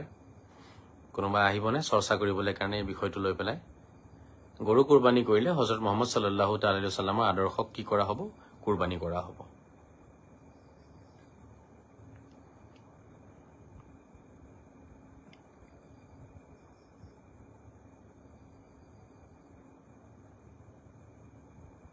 এই বিষয়ে কিবা চৰ্চা কৰিবনে কোনোবাই নে নকৰে? মোৰ কথাখিনি যদি বুজি পাইছে দেন এইবাৰ আপোনালোকে গৰু কুৰবানী নকৰিব। আৰু যদি বুজা নাই, এই 10 দিন মান আগৰ পৰা যে চিঞৰি আছো আপোনালোকক বুজাবলৈ কাৰণে, কথাখিনি পইণ্টখিনি বুজি লওক। এনেই গালি পাৰি নাথাকিব। এনেই গালি পাৰা সেইটো কেনেকুৱা ধৰণৰ মানুহৰ কৰ্ম হ'ব বাৰু কওকচোন? এনেই গালি পাৰি থাকে আজহাৰিক, এনেই গালি পাৰি আপোনালোকে নিজকে নিজে চেছ কৰি আছে। আহিবনে কোনোবা? আছে কোনোবা যি এই বিষয়টোলৈ চৰ্চা কৰিব? গৰু কুৰবানী কৰিলে হযৰত মুহাম্মদ সাল্লাল্লাহু তাআলা আলাইহি ওয়াসাল্লামৰ আদৰ্শক কুৰবানী কৰা হ'ব। হযৰত মুহাম্মদৰ ডিঙিত চুৰি লগাই দিয়া হ'ব, গৰুৰ ডিঙিত নহয়। কেনেকে সেইটো মই বুজালো। এজন মানুহৰ আদৰ্শ মাৰি পেলোৱা মানে মানুহজনক মাৰি পেলোৱা হয়। এজন মানুহৰ গুণ গৰিমা নষ্ট কৰি দিয়া মানে মানুহজনৰ অস্তিত্ব নষ্ট কৰি দিয়া হয়। মানুহ এজন আপুনি এনেই মাৰিব নালাগেতো। তেওঁৰ গুণ গৰিমা নষ্ট কৰি দিয়ক, তেওঁৰ আদৰ্শ নষ্ট কৰি দিয়ক, মানুহজন এনেই নাইকিয়া হৈ যাব সমাজত। আৰু এজন মানুহ জীয়াই ৰাখিবলৈ হলে তেওঁৰ গুণ গৰিমাখিনি জীয়াই ৰাখিব লাগিব, তেওঁৰ আদৰ্শখিনি জীয়াই ৰাখিব লাগিব। আৰু আজি জানো আমি হযৰত মুহাম্মদক জীয়াই ৰাখিছো? আজি জানো হযৰত মুহাম্মদ সাল্লাল্লাহু তাআলা আলাইহি ওয়াসাল্লামৰ আদৰ্শখিনি জীয়াই ৰাখিছো? নাই ৰাখা। সেই কথাখিনিকে মই কৈ আছো আজি গৰু কুৰবানী কৰা মানে হযৰত মুহাম্মদৰ ডিঙিত চুৰি লগাই দিয়া আৰু তেখেতৰ আদৰ্শখিনি নষ্ট কৰি দিয়া হ'ব। জিল্লুৰ ৰহমান কোনোবা এজন মুছলমান যুৱক হ'ব চাগে। গৰু নালাগে আমাক, বহু দিনৰ পৰা অসুবিধা লাগি আছে আমাক। কিয়া বাত হে জিল্লুৰ ৰহমান, ভাল কথা কৈছে এজন। অলপ চৰ্চালে আহক না, লাইভত আহক না আপোনালোকে। চৰ্চা মানে লাইভত অলপ মোৰ কথাখিনি সমৰ্থন কৰক না। অলপ চৰ্চাত আহি পেলাই মোৰ লগত অলপ লাইভত কথা পাতক না। 2-4জনটো সভ্যযোগ্য আছে মই জানো, কিন্তু আচৰিত হৈছো যে তেওঁলোক আজি মোৰ কথাখিনি নিমাত হৈ পেলাই কিয় শুনি আছে, কিয় ছাপোৰ্ট কৰা নাই? কিয় ইমান ভাল কথাখিনিকে মই কৈ আছো, ইমান মৰমৰ বাৰ্তা এটা দি আছো। বহুতে মোক কয় মই বোলে সংঘাত লগাব চেষ্টা কৰি আছো। সংঘাত কেনেকে হ'ল মোৰ কথাত? আজি আমি গৰু ত্যাগ দিলে তেওঁলোকৰ আৰু আমাৰ মাজত মৰম চেনেহে বাঢ়িব, আৰু গৰু খালে সংঘাত বাঢ়িব। তো কোনে গৰু খাব কৈ আছে আৰু কোনে গৰু ত্যাগ দিব কৈ আছে? অসমৰ মোল্লাবিলাকে গৰু খাব কৈ আছে আপোনালোকক, আৰু মই কৈ আছো আপোনালোকে গৰু ত্যাগ দিয়ক। তো সংঘাত কোনে সৃষ্টি কৰিছে? মই নে অসমৰ মোল্লাবিলাকে? কওক।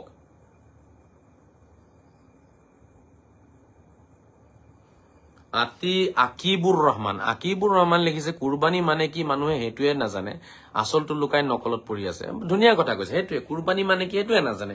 এই ভিতৰত থকা ছয়তানী চিন্তাধাৰাবোৰ হৈ কুৰবানী কৰিব লাগে।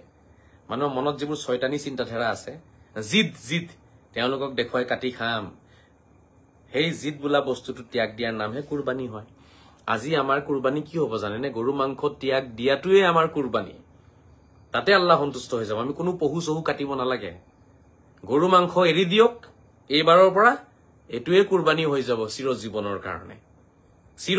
কাৰণে কুৰবানী হৈ যাব আৰু আপুনি একো কুৰবানী কৰিব নালাগে আৰু আমি লোভ কুৰবানী কৰি দিলো মুহ কুৰবানী কৰি দিলো নিজৰ যিটো মাংসৰ হুৱাত কুৰবানী কৰি দিছো হেতু কব পাৰিব জিভাৰ হুৱাত কুৰবানী কৰিছো জিভাৰ হুৱাত কুৰবানী কৰক হেতুৱে সবতকে ডাঙৰ কুৰবানী হ'ব আৰু গৰু কুৰবানী কৰিব নালাগে আৰু ছাগলীও কৰিব নালাগে একো কৰিব নালাগে আৰু পিছত সনাতনী সকলৰ প্ৰতি শ্ৰদ্ধা জনাই তেওঁলোকক সন্মান জনাই আমি কি কৰিব লাগে আজি গৰু মাংসৰ লোভ ত্যাগ দিব লাগে গৰু খোৱাৰ হুৱাত কুৰবানী দিব লাগে আমাৰ গৰু খোৱাৰ যিটো আশা আছে সেই আশাটো কুৰবানী কৰি দিব লাগে হেতু কৰি দিয়াই কুৰবানী হ'ব স্যাৰ আপোনাৰ পৰা বহুত শিকিব লগা আছে আমাৰ জিল্লুৰ ৰহমান ধন্যবাদ জনাইছো অৱশ্যে মই স্যাৰ নহওঁ এতিয়া আপুনি স্যাৰ বুলি কোৱাৰ কাৰণে আপোনাকে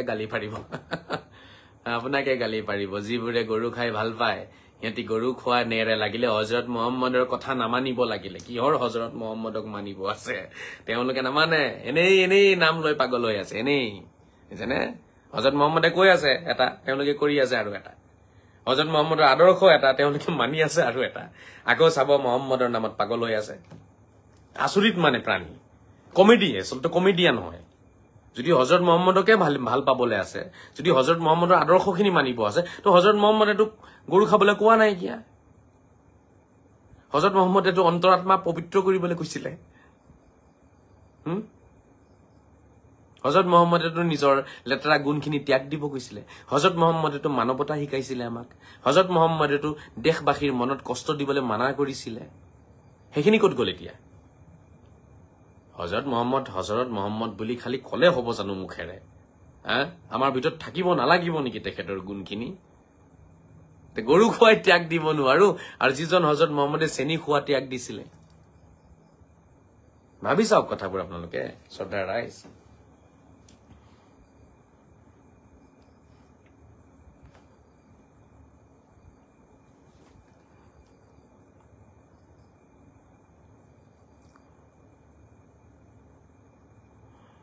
এজন শিক্ষিত মানুহে ফেচবুকত মুকলিকৈ জীৱ হত্যাক সাপোৰ্ট কৰাটো ভাল কথা হোৱা নাই জীৱ হত্যা খাবৰ কাৰণে সাপোৰ্ট কৰাটো হেতু বেলেগ কথা আৰু জীৱ হত্যা বোলা বস্তুটো বেলেগ বস্তু হেবোৰ আপোনালোকে বুজি নাপাব বন্ধু নামটো কিবা এটা লিখিছে নিজৰ নামটোকে শুদ্ধকে লিখিব নাজানে আৰু আপুনি ইমান ডাঙৰ এটা টপিকত কমেন্ট মাৰিছে নিজৰ নামটো শুদ্ধকে লিখকচোন কি নাজাল এনেকে লিখে নেকি অলপ ভালকে নামটো লিখক আৰু অলপ ভালকে বুজি লওক আপোনালোকে ঠিক আছে মোক নুবুজাব মোক বুজাবলৈ হলে ডিগ্ৰী লৈ আহক গৈ পেলাই আগতে আজহাৰৰ পৰা ডিগ্ৰী লৈ আহক কুৰানৰ তাৰপিছত মোক বুজাওক আহি মই আপোনাৰ কথা বুজিম আপোনাৰ কোনো ধৰণৰ ডিগ্ৰী নাইকিয়া আজহাৰৰ পৰা ডিগ্ৰী আনক আপুনি তাৰ পৰা পাছ আউট হৈ আহক তাৰপিছত মোক বুজাওক না আপুনি খেতিবাৰীৰ কথা মোক বুজাব পাৰে মই বুজিম আপোনাৰ পৰা ইঞ্জিনিয়াৰিঙৰ কিবা কথা বুজাব আছে বুজাওক মই ইঞ্জিনিয়াৰ নহওঁ ঠিক আছে মেডিকেল সায়েন্সৰ কিবা কথা বুজাব আছে মই একদম নতহিৰে বুজি লম আপোনাৰ পৰা এটো বেমাৰ হলে এটো টেবলেট খাব লাগে এটো বেমাৰ হলে এটো টেবলেট খাব লাগে মই বুজি লম আপোনাৰ পৰা ঠিক আছে দলং বনাবলৈ কাৰণে কিমান ৰড লাগিব কিমান সিমেন্ট লাগিব কিমান বালি লাগিব মিস্ত্ৰী যদি মোক বুজাই দিয়ে মই বুজিম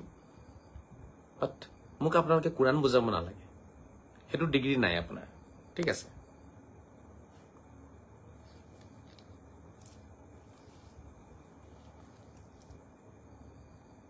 আপোনাৰ যিখিনি আপোনাৰ আছে সেইখিনি বুজাওক যিটোত আপোনাৰ কোৱালিফিকেশনছ নাই হেতু কেলে মোক বুজাই আছে আৰু মোৰ যুক্তি খণ্ডন কৰকচোন আগতে আপোনালোকে মিলি গৰু কাটি খালে আমি সনাতনী সকলে শান্তি পাব নে কষ্ট পাব সিধা প্ৰশ্নৰ উত্তৰ দিয়কচোন আমি গৰু খালে আমি গৰু কুৰবানী কৰিলে তেওঁলোকে হ্যাপি হ'ব তেওঁলোকৰ মনটো ভাল লাগিব নে বেয়া লাগিব দিয়ক উত্তৰ দিয়ক এটা আছে সিধা উত্তৰ দিয়ক তেওঁলোকৰ মনটো ভাল লাগিব তেওঁলোকে আনন্দত নাচিব নে তেওঁলোকে কষ্ট পাব তেওঁলোকে মনত এইটোত আনসাৰ নাই আপোনালোকৰ এনেই গালি পাৰিব ইয়াত আহি পেলাই এতিয়া এইবোৰ প্ৰশ্ন সুধিলে কব তই তেওঁলোকৰ দালাল হ তই অমুকৰ দালাল হয় বাবা মই কাৰ দালাল কি দালাল এইবোৰ ঠক থৈ পেলাই মোক এইটো উত্তৰ দিয়ক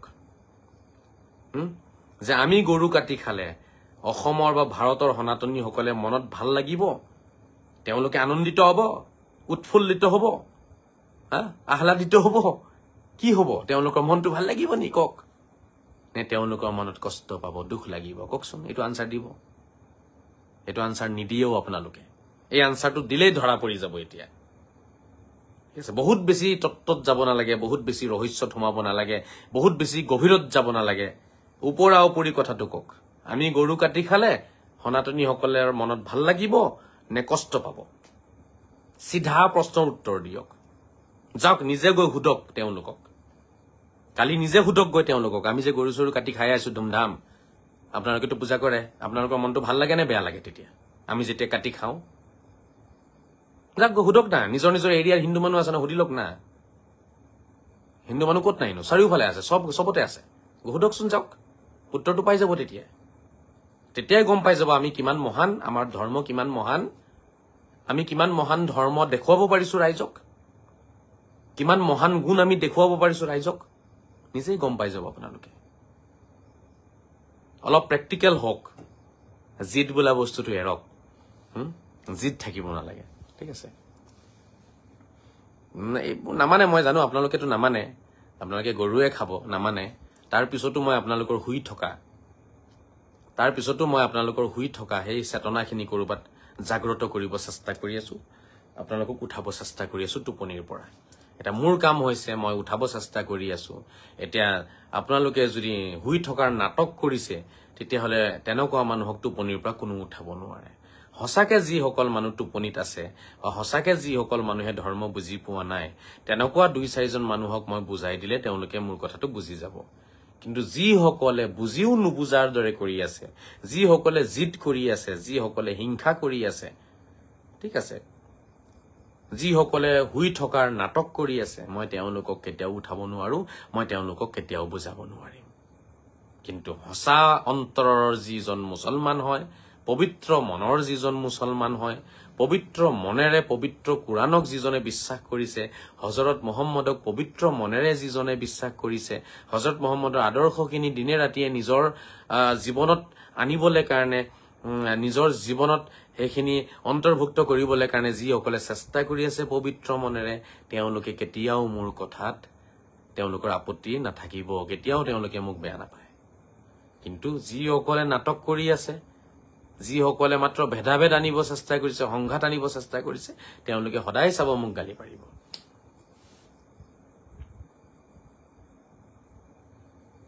বুজি পাইছেনে শ্ৰদ্ধাৰ ৰাইজ? আৰু বেছিভাগ আমাৰ অৰ্ধশিক্ষিত কিছুমান মূৰ্খ মানুহে কমেণ্ট কৰে ফেচবুকত। ফেচবুকত মূৰ্খ মানুহ বেছি থাকে, বুজি পাইছে নাই? অলপ ফেচবুকতকে অলপ ষ্টেণ্ডাৰ্ড কোৱালিটিৰ হয় আপোনাৰ ইনষ্টাগ্ৰামটো, আৰু ইনষ্টাগ্ৰামতকে আৰু অলপ ভাল কোৱালিটিৰ জেগা হৈছে ইউটিউবটো। ফেচবুক হৈছে এটা মানে কি জানেনে, গোটেই মূৰ্খ চূৰ্খ যিমান আছে চব জমা হৈ আছে তাতে। ভাল মানুহো আছে, মূৰ্খ বেছি আছে।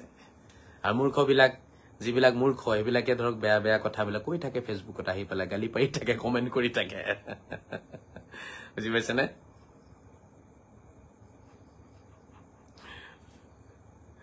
গতিকে দিয়ক, মই এৰিছো এতিয়া। চিধা কথা, আপোনালোকে যিমান পাৰে শ্বেয়াৰ কৰিব, যিমান পাৰে কথাবোৰ প্ৰচাৰ কৰি দিব, ঠিক আছে? ছাগলী, ভেড়া আৰু দুম্বা চব একেই বস্তু হয়, অলপ পাৰ্থক্য আছে, শাৰীৰিক গঠনত অলপ পাৰ্থক্য আছে। ছাগলী ভেড়াতকে অলপ দেখাত অলপ বেলেগ হয় ভেড়াটো, কিন্তু বস্তু একেটাই হয়, ঠিক আছে? বস্তু কিন্তু একেটাই হয়, অলপ শাৰীৰিক গঠনৰ পাৰ্থক্য আছে ছাগলী, ভেড়া আৰু দুম্বাত। গতিকে অনুৰোধ থাকিলে আপোনালোকৰ ওচৰত দুম্বা কোৰবানী কৰক। দুম্বা অৰ্থাৎ ছাগলী, ভেড়া, ঠিক আছে? দুম্বা মানে কি? দুম্বা হৈছে ছাগলী আৰু ভেড়া, তাৰে এটা প্ৰজাতি, বেলেগ বস্তু নহয়, বুজিছে নাই? বেলেগ কিবা আৰু বনৰীয়া বনৰ পৰা অহা কিবা আচৰিত ধৰণৰ পশু নহয়তো দুম্বা, বুজি পাইছেনে? জান্নাতৰ পৰা সেই ছাগলী ভেড়াটোকে পঠিয়াই দিছিল আল্লাহে, আৰু সেই ছাগলী ভেড়া আমাৰ অঞ্চলত বহুত আছে। ছাগলীত বহুত বৰকত আছে, সেইকাৰণে এটা ছাগলীৰ পৰা 3-4টাকে বাচ্চা হয়। ছাগলী পালি চাওক, যদি ভালকে 2টা ছাগলী পালে 2 বছৰ পিছত আপোনাৰ ছাগলী হৈ যাব 40টা, বুজি পাইছে নাই? ভালকে পালক, 2-4 বছৰতে 40-50টা ছাগলীৰ আপুনি কি হৈ যাব? মালিক হৈ যাব। পালকচোন, 4টা-5টাকে পোৱালি দিব আপোনাৰ ছাগলীয়ে, বুজি পাইছে নাই? 40টা ছাগলী 2টাৰ পৰা 40টা কৰিবলৈ বেছি সময় নালাগে, কাৰণ জান্নাতৰ পৰা পঠিয়াই দিছিলে আল্লাহে, বুজি পাইছে? গৰুৱেটো এটা পোৱালি দিয়ে, ছাগলীয়ে 4টাকে দিয়ে।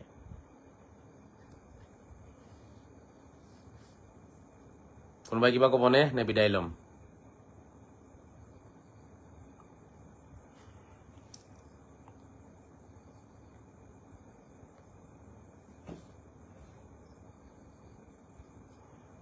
জিল্লুৰ ৰহমানে লিখিছে জুবিনৰ গান গাই দিয়ক জুবিনৰ গান গালেও মোক মানুহে শয়তান বুলি গালি পাৰে জুবিনৰ গান গাও যে এখানে মোক শয়তান বুলি গালি পাৰে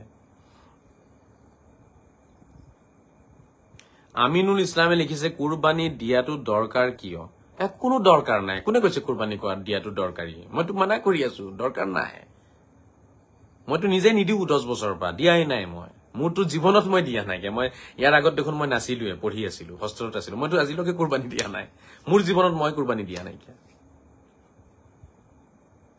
মোৰ জীৱনত মই কুৰবানি দিয়া নাই আৰু আপোনালোকে বিশ্বাস কৰে নকৰে মই আজিলৈকে কোনো জীৱ এই আপোনাক খাবলৈ কাৰণে হত্যাও কৰা নাই মানে ছাগলী হওক বা কুকুৰা হওক মই আজিলৈকে এই হালাল মালাল জবতব ডিঙি চিঙি কাটি পোৱা নাই মই নাকাটো বেলেগে দিলে মই খাওঁ সেইটো মই নাখাওঁ বুলি নকওঁ মোক বনাই দিলে মই খাওঁ কিন্তু মই নাকাটো কিন্তু মোৰ বহুত বেয়া লাগে মই ওচৰতো নাথাকো তেতিয়া কেতিয়াও মই কেতিয়াবা মুৰ্গী চুৰ্গী বজাৰ কৰিবলৈ গ'লে যে যা মোক মাহতে পঠিয়াই দিয়ে কেতিয়াবা বেছিভাগতো মায়ে নিজে লৈ আহে বজাৰলৈ গৈ মা নিজে বজাৰ কৰে গুচি যায় বজাৰলৈ তো কেতিয়াবা যদি কিবা ধৰক ইমাৰ্জেন্সিত মায়ে মোক কৈ দিয়ে লৈ আহিবলৈ কাৰণে তো মই যেতিয়া মুৰ্গীটো আনিব যাওঁ ন তো যেতিয়া মুৰ্গীটো কাটে মই দূৰত থাকো মই বাছ দেখুৱাই দিওঁ এইটো লাগে এইটো দাম কিমান বোলে এইটো 400 টকা 500 টকা বা 300 টকা যিমান দাম হ'ব সেইটো মই সেইফালে মই গুচি যাম কাটি দিয়ক মই গুচি যাম মোক কেতিয়াবা মাতে হুজুৰ আপুনি কাটক না বাবা তুমি কাটা এইটো পাপৰ বুজা তুমি লোৱা মই খামহে খালি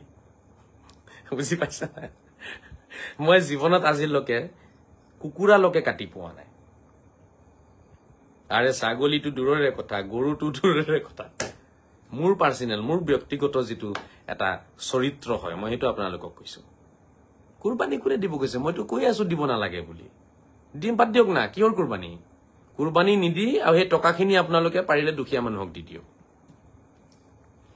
আমিনুলে কৈছে দেন কুরবানি দিয়াটো ওয়াজিব বুলি কিয় কয় কোনে কৈছে ওয়াজিব মুল্লা বিলাকে ভুল কয় এটি সুন্নত হয় অৰ্থাৎ হযৰত মুহাম্মদে দিছিলে আপুনি দিব পাৰে মুল্লা বিলাকৰ ব্যাপাৰ আছে কুৰবানিত গৰুৰ আপোনাৰ চামৰা ব্যাপাৰ আছে গৰু যদি আপুনি কাটিলে 100টা গুটেই চামৰাখিনি হেতি লৈ যায় আপোনালোকে গম পাইছে না আগতে গৰুৰ চামৰা লবলৈ কাৰণে গৰুৰ ছাল বাকলি লবলৈ কাৰণে মুল্লা ঘৰে ঘৰে ঘুৰি ফুৰে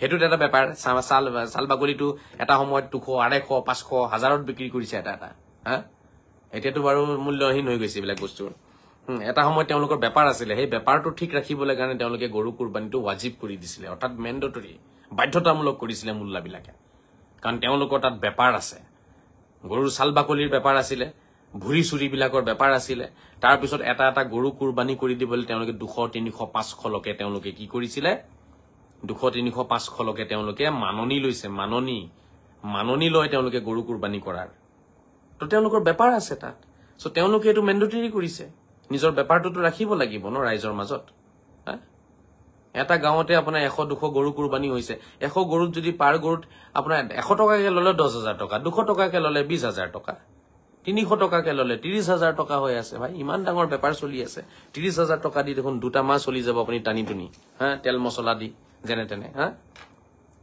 ওদে কথাখিনি ভাবি চাওক ব্যাপাৰ আছে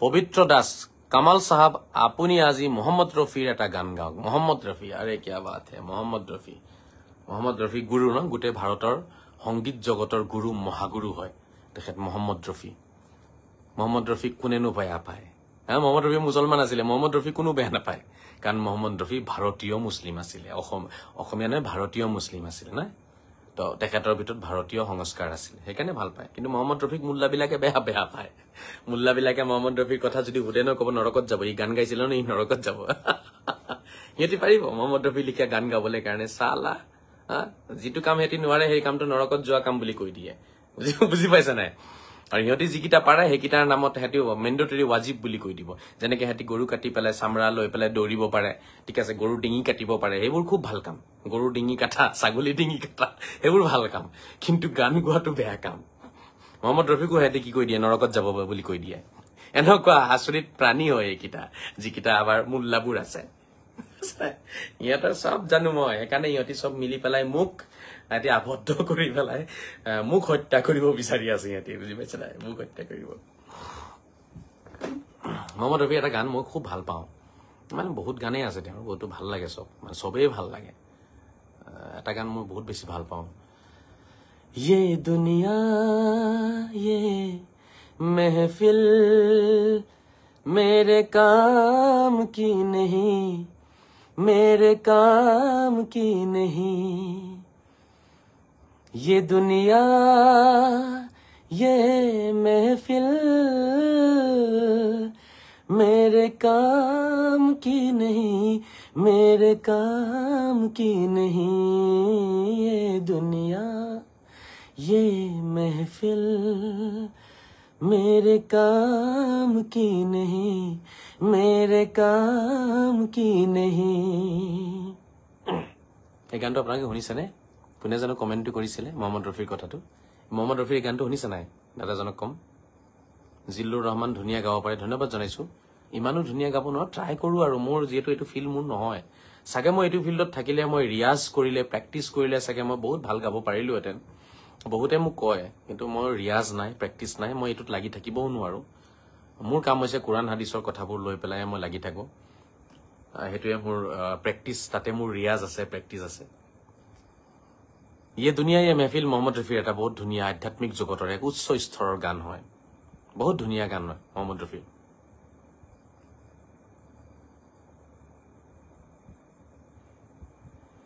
किसी को सुनाऊं हाल दिले बेकरार का, बुझता हुआ चराग हूँ अपने मजार का,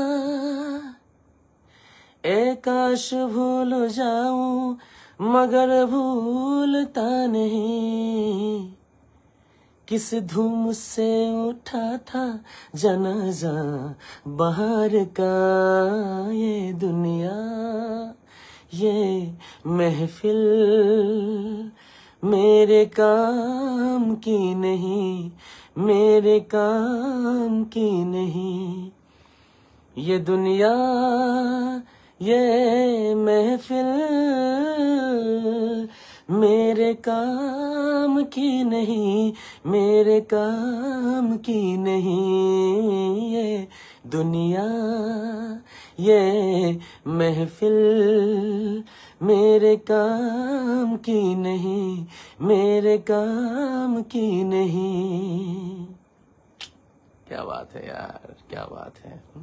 किस धूम से उठा था जनाजा बहार का, हाय हाय हाय हाय। মানে অসমীয়াত মই শব্দ বিচাৰি পোৱা নাই, মই এইটো কেনেকে বুজাম কি কৈছে। কিছ ধুম সে উঠা থা জানাজা বাহাৰ কা, বাহাৰ হৈছে বসন্তৰ মাহ, মানে গোটেই সৌন্দৰ্যৰ জানাজা কেনেকে উঠিছিলে। কিছ ধুম সে উঠা থা মানে কিমান মানে জাক জমকতা আৰু কিমান হুলস্থুলীয়া পৰিৱেশত বাহাৰ কা জানাজা উঠা থা, অৰ্থাৎ মোৰ মন মগজু বা মোৰ পৃথিৱী, মোৰ অন্তৰাত্মাৰ, মোৰ মনৰ পৃথিৱী কেনেকে ভাঙি গৈছিলে, কেনেকে তুফান আহিছিলে, আৰু এই তুফানত মোৰ অন্তৰাত্মা কেনেকে কান্দিছিলে, মোৰ অন্তৰাত্মাৰ মোৰ মনৰ ভিতৰত থকা পৃথিৱীখন কেনেকে ভাঙি গৈছিলে। কিছ ধুম সে উঠা থা জানাজা বাহাৰ কা, সেই কথাটো বুজাব বিচাৰিছে। মানে বাহাৰ মানে মনৰ ভিতৰত থকা যিখিনি আনন্দ আছিলে, মনৰ ভিতৰত থকা যিখিনি ফূৰ্তি আছিলে, সেই ফূৰ্তিখিনি কেনেকে উফৰি গুচি গৈছিলে, নাইকিয়া হৈ গৈছিলে, ধ্বংস হৈ গৈছিলে, কেনেকে বুজাম। কিসকো শুনাও হাল দিলে বেকৰাৰ কা, মানে মোৰ অন্তৰৰ কথা মই আজি কাক বুজাম। বুজতা হোৱা চাৰাগ হু আপনে মজাৰ কা, মানে মই মোৰ সমাধিৰ নুমি যোৱা বাতি হওঁ, মই নিজে মোৰ সমাধিত জ্বলি থকা নুমি যাব বিচৰা, বতাহত নুমি যাব বিচৰা সেই বাতিটো মই নিজে হওঁ।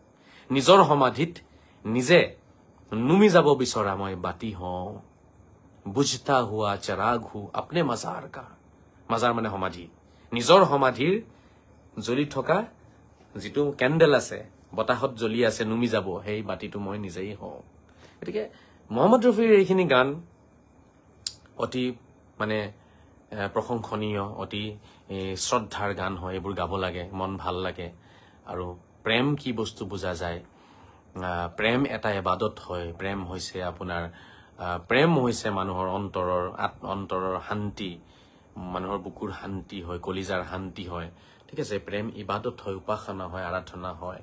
সেই কথাখিনি মহম্মদ ৰফিৰ কিছু গানৰ মাধ্যমেৰে তেখেতে আমাক বুজাই থৈ গৈছে আৰু তেনেকুৱা বহু গান আমাৰ জুবিন গাৰ্গে গাইছে ভাল লাগে বহুত কথা লুকাই আছে তেওঁৰ গানৰ মাজত জুবিন গাৰ্গৰ ঠিক তেনেকে মহম্মদ ৰফিৰ গানত জুবিন গাৰ্গে হয়তো অসমীয়াত গাই দিছে বেছি সেইটো কাৰণে বহুত ওপৰলে তেখেত যিমান যাব লাগিছিলে ভাৰতবৰ্ষত যাব নোৱাৰিলে কিন্তু আমিতো অসমীয়া সকলে বুজি আছো জুবিন গাৰ্গ কি ভাৰতবৰ্ষৰ কাৰণে মহম্মদ ৰফি যিটো হয় অসমৰ কাৰণে জুবিন গাৰ্গ হেতুৱে হয় অসমৰ আৰু অসমীয়া জাতিৰ কাৰণে তেওঁ যিমান গাইছে যিমান শব্দ তেখেতে আনিছে গানত হেয়া কোনেও আনিব পৰা নাই কোনেও আনিব নোৱাৰে আৰু কোনেও আনিব নোৱাৰে জুবিন আৰু দ্বিতীয়টো হ'ব নোৱাৰে কোনো বুজি পাইছেনে ভাৰতবৰ্ষৰ কাৰণে বা ভাৰতীয় সংগীত জগতৰ কাৰণে মহম্মদ ৰফিৰ যিটো মৰ্যাদা আছে আমাৰ অসমীয়া সংগীত জগতৰ কাৰণে জুবিন গাৰ্গৰ সেই মৰ্যাদাই হয় আৰু এটো দ্বিতীয়জনে কোনেও ল'ব নোৱাৰে আৰু বহুতে চেষ্টা কৰিছে নোৱাৰে জুবিন গাৰ্গক চুব নোৱাৰে কোনেও এনেকুৱা কথা গাই দিছে মানুহজনে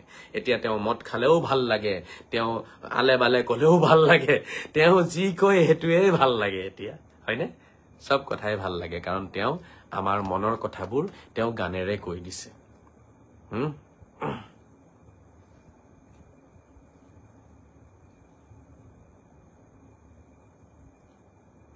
কি হব এই জীৱন তুমি নহলে কাৰ বাবে ৰচিব সপোন ভাবি চাওক কিমান কিমান ধুনীয়া কথা হা এনেকুৱা কথা আপোনালোকে ভাবি চাওক হিন্দীটো চাগে শুনা নাইকিয়া হিন্দী ভাষাটো আপুনি এনেকুৱা গীত নুশুনিব বুজি পাইছেনে এনেকুৱা গীত আপোনালোকে হিন্দী ভাষাটো আপোনালোকে নুশুনিব ইমান অৰ্থ ইমান আবেগ ইমান মৰম ইমান গভীৰতা সোমাই আছে ইমান মৰম লুকাই আছে গীতটোত হা এনেকুৱা গীত হিন্দী ভাষাটো বিচাৰি নাপায় আপোনালোকে যিমানটো গভীৰ গীত জুবিনে গাই দিছে অসমীয়াত কি হব এই জীৱন তুমি নহলে কাৰ বাবে ৰচিব সপোন কি ৰব মোৰ বাবে তুমি নহলে কোন হব এই বুকুৰ আপোন কি ৰব মোৰ বাবে তুমি নহলে কোন হব এই বুকুৰ আপোন তুমি নাথাকিলেতো কোনোৱে নাই জীৱনত এই জীৱনৰ সংগ্ৰাম এই জীৱনৰ অৰ্থ একোৱে নাই যদি তুমি নাই তোমাক দেখিয়েইতো জীৱনৰ সংগ্ৰামখিনি কৰিব বিচাৰো তোমাক দেখিয়েইতো জীয়াই থাকিব বিচাৰো মৰি যাব বিচৰা কোনোবা এটা দেহাত তোমাক দেখিয়েইতো প্ৰাণটো আহে তোমাক দেখিয়েইতো জীয়াই থাকিব বিচাৰো তুমিয়েতো সপোন হোৱা তোমাৰ কাৰণেইতো সপোন ৰচিব বিচাৰো এইবোৰ কথা সবে বুজি নাপাব বিশেষকে যিবিলাকৰ মাজত গুৰামী আছে তেওঁলোকেতো কেতিয়াও বুজি নাপায় যেনেকুৱা যিবোৰ মানুহে দুটা তিনিটাকে বিয়া পাতিছে সেইবোৰ মানুহেতো কেতিয়াও বুজি নাপায় দুটা তিনিটা বিয়া পাতা মানুহে এইবোৰ গান কোনো অৰ্থই নাই তেওঁলোকৰ কাৰণে দুটা তিনিটা বিয়া পাতা মানুহে এইবোৰ বুজি পাব নেকি কওকচোন কি ফিলিংছ কি আছে তেওঁলোকৰ ভিতৰত যি দুজনী তিনিজনী পাঁচজনী বিয়া পাতি বহি আছে এইবোৰ হৈছে বহুত গভীৰ মনৰ কথা যিজনে প্ৰেমক ইবাদত বুলি ভাবে প্ৰেমক উপাসনা বুলি ভাবে প্ৰেমক আৰাধনা বুলি ভাবে তেনেকুৱা মানুহে জুবিনৰ এই গানবোৰ বুজিব পাৰিব আৰু তেনেকুৱা মানুহৰ কাৰণে জুবিন গাৰ্গে এইবোৰ গান গাইছে এইবোৰ গান সবৰে কাৰণে গোৱা নাইতো প্ৰেমক যিসকলে পূজা কৰে তেওঁলোকৰ কাৰণে এইবোৰ গান ৰিংকু লিখিছে দাদা গান লিখাবোৰৰো হলাক ল'ব লাগিব তাকে জুবিন গাৰ্গে গান নিজে লিখে বুলিও মই শুনিছো এটা মই নাজানো জুবিন গাৰ্গে বহু গান নিজেও লিখিছে আৰু বহু গান তেখেতক বেলেগে গুৱাইছে বাট জুবিনৰে হয় গানখিনি যোনেই লিখক গান লিখিলে নহব সেই লিখা গানটোত প্ৰাণ ঢালিব লাগিব নিজৰ আৱাজ নিজৰ হুৰ নিজৰ আবেগ নিজৰ হুৰত যিখিনি আবেগ থাকিব সেই আবেগেৰে আপুনি সেই লিখা শব্দবোৰৰ মাজত আপুনি কি কৰিব লাগিব প্ৰাণ ঢালিব পাৰিব লাগিব সো প্ৰাণ ঢালিছে জুবিন গাৰ্গে যোনেই নিলিখক গতিকে অনুৰোধ থাকিলে আৰু আমাৰ যুৱ সমাজক গান গাওক, নিজৰ মন পবিত্ৰ হ'ব, গুৰামীৰ পৰা ওলাই আহিব পাৰিব, নিজে গান গাওক, ঠিক আছে। ভাল পাওক, কাৰোবাক ভাল পাই পেলাই জীৱনটো পৰিৱৰ্তন কৰক, জীৱনত ভাল পাব শিকক, ধোকাবাজি এইবোৰ ফাল্টুবি নকৰিব। 4-5 মান বিয়া নাপাতিব যদি পাৰে। 4-5 মান যিসকলে বিয়া পাতে তেওঁলোকৰ কাৰণে জুবিন গাৰ্গৰ কোনো গানেই নাই। আৰু এতিয়া আপোনালোকে এইবোৰ কৈ থাকিলে আৰু মোৰ যাবলৈ মন নাযায়। 2-3জন থাকিলেও ভাল লাগে। আপোনালোকক যিহেতু মই লগে নাপাওঁ, কোন জানো ক'ত বহি আছে চিনিও নাপাওঁ, তথাপিও আপোনালোকে কিছুমান কমেণ্টৰ মাধ্যমেৰে আপোনালোকে কিছু কথা কৈ থাকে, চব ভাল লাগে। তো কোনে ক'ৰ পৰা চাই আছে মই নাজানো, সকলোকে সেৱা জনাইছো, প্ৰণাম জনাইছো, মৰম যাচিছো। আপোনালোকক মই মোৰ বুকুৰ একদম ভিতৰৰ পৰা বুকুৰ অতি অতি বেছি গভীৰ মৰমখিনি মই আপোনালোকলৈ যাচিছো। ভালে থাকক, সদায় শান্তিৰে থাকক, মৰমেৰে থাকক। কি হিন্দু কি মুছলমান এইবোৰ আমি এৰি পেলাই আহক জুবিন গাৰ্গৰ গানবোৰ গাওঁ। জুবিন গাৰ্গে সেইকাৰণে মাজে মাজে কৈ দিয়ে, মই কোনো ভগৱান ঈশ্বৰ আল্লাহ নামানো। মই কথা হৈছে সংগীত গাব লাগে, মই সংগীত চৰ্চা কৰো, সংগীতৰ সাগৰত মই ডুব দিব লাগে, মই ডুব দি আছো। তেনেকুৱাই সংগীত যিসকলে সাধনা কৰে ন, তেওঁলোক তেনেকুৱাই হয়। তেওঁলোক ধৰ্মৰ ঊৰ্ধত আহি কাম কৰে, কাৰণ তেওঁলোকে মানৱতা কি সেইটো তেওঁলোকে বুজি পায়, ফিলিংছ কি তেওঁলোকে বুজি পায়। বহুতেই কয় জুবিন গাৰ্গে মদ খায়। জুবিন গাৰ্গৰ মনত জানো কি দুখ আছে সেইটোতো কোনেও নাজানে, কোনেও নাজানে ন। মহম্মদ ৰফিৰ মনত কি দুখ আছে সেইটো কোনেও নাজানে। গতিকে কোনোবাই দুখতে যদি খাইছে মদ, তেতিয়াহ'লে সেইটো ঈশ্বৰ আল্লাহ ভগৱানৰ লগত তেওঁ ডিল কৰি ল'ব, ঠিক আছে। ঈশ্বৰ আল্লাহ ভগৱানে বুজিব, তেওঁ বুজিব। আমি সেইটোৰ বস্তু লৈ পেলাই চৰ্চা নকৰাই ভাল, ঠিক আছে। শ্ৰদ্ধা ৰাইজ, এতিয়া কথা হ'ল আপোনালোকে কোনেও গৰু কুৰবানী নকৰিব। যদিহে আপোনালোকৰ ভিতৰত মানৱতা আছে, যদিহে আপোনালোকৰ ভিতৰত ইনচানিয়ত আছে, যদিহে সঁচাকে সনাতনীসকলৰ প্ৰতি শ্ৰদ্ধা আছে, মৰম আছে, চেনেহ আছে, ভালপোৱা আছে, ভাতৃত্ববোধ আছে, তেতিয়াহ'লে গৰু কুৰবানী নকৰিব। গৰু কুৰবানী নকৰি ছাগলী কুৰবানী কৰক। চাব, অসমত আমি বৰ শান্তিৰে থাকিব পাৰিম। আমাৰ সকলোৰে মাজত মৰম চেনেহ বাঢ়ি যাব, ভাতৃত্ববোধ বাঢ়ি যাব, আমি একে হৈ থাকিব পাৰিম। মোক বহুতে মাৰিব বিচাৰে, বহুতে মোক আপোনাৰ অপমান কৰিব বিচাৰে, বহুতেই বহু ৰকমৰ কথাই মোৰ কাৰণে কৈ থাকে। এইবোৰ এইটো কাৰণেই কয় কাৰণ মই সঁচা কথাখিনি কৈ দিওঁ যে এতিয়াতো মোক ফচাব লাগিব, ফচাবলৈ কাৰণে বহু কথাই কয়, সেইখিনি কৈ থাকিব দিয়ক, ঠিক আছে। Take care, always good night. Zilur Rahman ধন্যবাদ জনাইছো আপোনাকো, গুড নাইট, শুভৰাত্ৰি, ভালে থাকক, সুখেৰে থাকক। আৰু যিমান পাৰে কথাবোৰ শ্বেয়াৰ কৰিব, চৰ্চা কৰিব কুৰবানীৰ আগে আগে। আৰু কাৰোবাৰ কিবা কনফিউজন আছে, কোনোবাই কিবা বুজিব বিচাৰে কুৰবানীৰ বিষয়ে, মোৰ লগত লাইভত সংযোগ হৈ পেলাই আপোনালোকে বুজিব পাৰিব। হোৱাটছআপত আপোনালোকে মেছেজ কৰিব, 9365825571 মোৰ হোৱাটছআপ হয়। ইয়াতে কল কৰিব পাৰিব, বাট হোৱাটছআপ কৰিব। ফোন চাইলেণ্ট থাকে সদায়, ফোন কৰি লাভ নাই, হোৱাটছআপ কৰি দিব, মেছেঞ্জাৰত মেছেজ কৰি দিব। আপুনি মাৰ্জিত ভাষাত, শুদ্ধ ভাষাত নিজৰ মৰ্যাদা বজাই ৰাখি আপুনি কুৱেশ্যন কৰিলে আনচাৰটো আপুনি পাই যাব। অসমৰ মোল্লাবিলাকে গৰু কুৰবানী কৰিব দি আমাৰ অসমৰ মুছলমানসকলক, বৃহৎ অসমীয়া জাতিৰ প্ৰতি তেওঁলোকে কি কৰি আছে, এটা বেয়া ভাৱ হুমুৱাই দি আছে। আৰু এই বৃহৎ সনাতনী সমাজৰ মাজত আৰু মুছলমান সমাজৰ মাজত সংঘাত লগাব চেষ্টা কৰি আছে, কাজিয়া লগাব চেষ্টা কৰি আছে।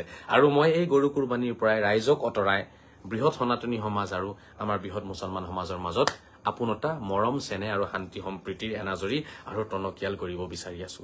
মই বিচাৰি আছো ঈদৰ দিনাখন সকলোৱে একেলগে আমি এসাঁজ ভাত খাম, ঈদৰ দিনাখন আমি সকলোৱে একেলগে নামাজ পঢ়িম। ঈদৰ দিনাখন হিন্দু মুছলমানৰ কথা নাই, সকলোৱে নামাজ পঢ়িব আমি চেষ্টা কৰিম, সকলোৱে আহিব। মই আপোনালোকক আহ্বান জনাইছো। এইবাৰ মোৰ লাজ লাগি আছে আপোনালোকক আহ্বান জনাবলৈ কাৰণে, কাৰণ আমাৰ মানুহবিলাকে ঈদৰ নামাজটো পঢ়িয়ে গৰুটো কুৰবানী কৰিব। গতিকে মোক বহুতে এইটো কথা অলৰেডি জনাইছে যে ঈদৰ নামাজ কেনেকে পঢ়িম, বা আপুনি আহ্বান যে জনায় ঈদৰ নামাজৰ পিছতে আমি পূজা কৰা বস্তুটো কাটিবগৈ। তো এইবাৰ মোৰ মুখৰ মাত নাইকিয়া হৈ গৈছে। মই এতিয়া কেনেকে আহ্বান জনাম সনাতনীসকলক, মই তাকে ভাবি আছো। তাৰ পিছতো মই ক্ষমা খুজি, অতি ক্ষমাৰে প্ৰাৰ্থনা কৰি আপোনালোকৰ ওচৰত মই অনুৰোধ জনাইছো। কুৰবানী বেলেগ বস্তু হয়, তেওঁলোকে মানিলে মানক, নামানিলে নাই। এতিয়া কি কৰিম আৰু, বুজাব লাগে, মই বুজাই আছো, ঠিক আছে। আপোনালোকে আহিব, একেলগে আমি নামাজ পঢ়িম, নামাজ পঢ়ি গুচি যাব আপোনালোকে, ঠিক আছে। নামাজটো বেলেগ বস্তু হয়, কুৰবানীটো বেলেগ বস্তু। নামাজৰ লগত কুৰবানীৰ কোনো সম্পৰ্কই নাই, আৰু কুৰবানীটো নকৰিলে একো প্ৰব্লেম নাই। নামাজটো ৱাজিব হয়, মেণ্ডেটৰী হয়, পঢ়িব লাগিব, বাট কুৰবানীটো নহয়। কুৰবানী নকৰিলে একো প্ৰব্লেম নাই কাৰো, ঠিক আছে। চ' অনুৰোধ থাকিলে সনাতনীসকলক, যদি পাৰে আহিব আপোনালোকে। মই এটা আপোনালোকক আহ্বান জনাইছো।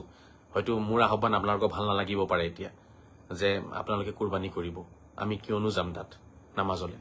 চ' মই সেইটো কাৰণে দুখিত, লজ্জিত, অপমানিত, মই এইটো অতৰাব পৰা নাই যিমান চেষ্টা কৰিছো মই কৰিব পাৰিছো মই কৰি আছো চেষ্টা অনাগত দিনত মই কৰি থাকিম আমাৰ সমাজক বুজাবলৈ মই চেষ্টা কৰিম মোক সমাজে মাৰক কাটক লাত মাৰক চেণ্ডেল মাৰক আৰু কিবা কৰক মই কেতিয়াও সেই বস্তুটো লৈ পেলাই মই আফসোস নকৰো দুখ নকৰো তেওঁলোকে মোক মাৰক কোনো কথা নাই কিন্তু আপোনালোকে যদি পাৰে ঈদৰ নামাজলৈ আহিব ঈদৰ নামাজ পঢ়ি আপোনালোকে গুচি যাব নিজৰ নিজৰ ঘৰত মই নিমন্ত্ৰণ নিদিও আমাৰ মোৰ ঘৰলৈ আহিব পাৰিব কিন্তু ধৰক অন্য জায়গাতো আপোনালোকে যাব নোৱাৰে ন কাৰোবাৰ ঘৰত কাৰণ তেওঁলোকে সবেই গৰু কুৰবানীত ব্যস্ত হৈ যাব এটা এটা আফসোস থাকিলে দুখ থাকিলে যে মই বুজাব পৰা নাই চাগে আৰু চেষ্টা কৰি আছো বুজাবলৈ কাৰণে যাতে ঈদৰ দিনাখন আপোনালোকেও আহিব পাৰে আমিও যাতে আপোনালোকৰ লগত বহি এসাঁজ ভাত খাব পাৰো এয়া হযৰত মুহাম্মদ সাল্লাল্লাহু তাআলা আলাইহি ওয়াসাল্লামৰ এক বহুত গভীৰ এক মৰমৰ বাৰ্তা আছিল ঈদ হযৰত মুহাম্মদে এইটো কাৰণে আমাক দিছিলে কিন্তু আমি হেয়া বুজি নাপালো এয়া আমাৰ দুখ হযৰত মুহাম্মদে কুৰবানীৰ মাংস বিলাই দিব কৈছিলে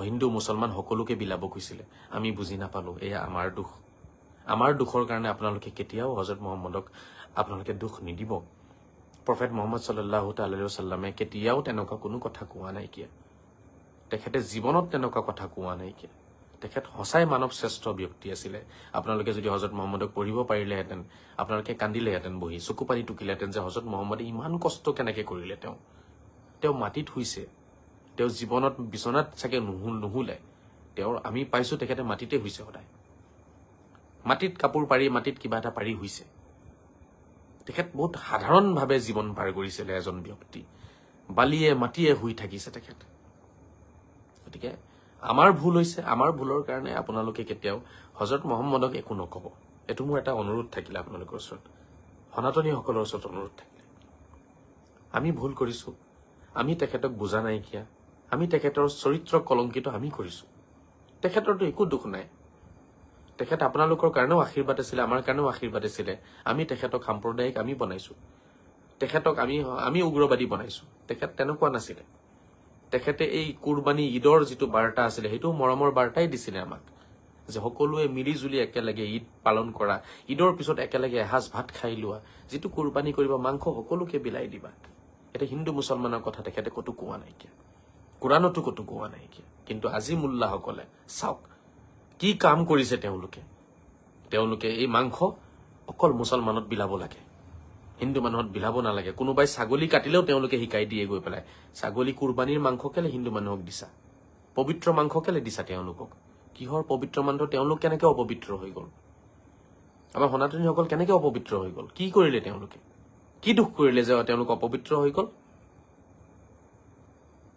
তেওঁলোকে লা ইলাহা পঢ়া নাই তো লা ইলাহা নপঢ়াৰ পিছতো দেখোন আল্লাহে মোদী চৰকাৰক জিকাই দিলে প্ৰধানমন্ত্ৰী মোদীৰ লগত আল্লাহ আছিলে এইবাৰ পাকিস্তানৰটো প্ৰধানমন্ত্ৰীৰ লগত আল্লাহ নাছিলে পাকিস্তানৰ প্ৰধানমন্ত্ৰীয়ে লা ইলাহা পঢ়িছে আমাৰ অসমৰ ভাৰতৰ প্ৰধানমন্ত্ৰীয়েতো লা ইলাহা পঢ়া নাই তাৰ পিছতো আল্লাহ কাৰ লগত আছিলে এইবাৰ পাকিস্তানৰ লগত আছিলে নে ভাৰতৰ লগত আছিলে এৰ আনসাৰ তেওঁলোকে নিদিয়ে এনেকুৱা প্ৰশ্ন কৰিলে মোক পাগল বুলি ক'ব শয়তান বুলি ক'ব এনেকুৱা প্ৰশ্ন কৰিলে মোক পাগল বুলি ক'ব শয়তান বুলি ক'ব আনসাৰটো নিজে দিয়ক না এইবাৰ আল্লাহ কাৰ লগত আছিলে পাকিস্তানৰ লগত আছিলে না ভাৰতৰ লগত আছিলে যদি আপুনি কয় ভাৰতৰ লগত আছিলে তেতিয়াহলে লা ইলাহা নপঢ়া মানুহৰ লগত আল্লাহ কেলে আছে আল্লাহটো পাকিস্তানক সাপোৰ্ট কৰিব লাগিছিলে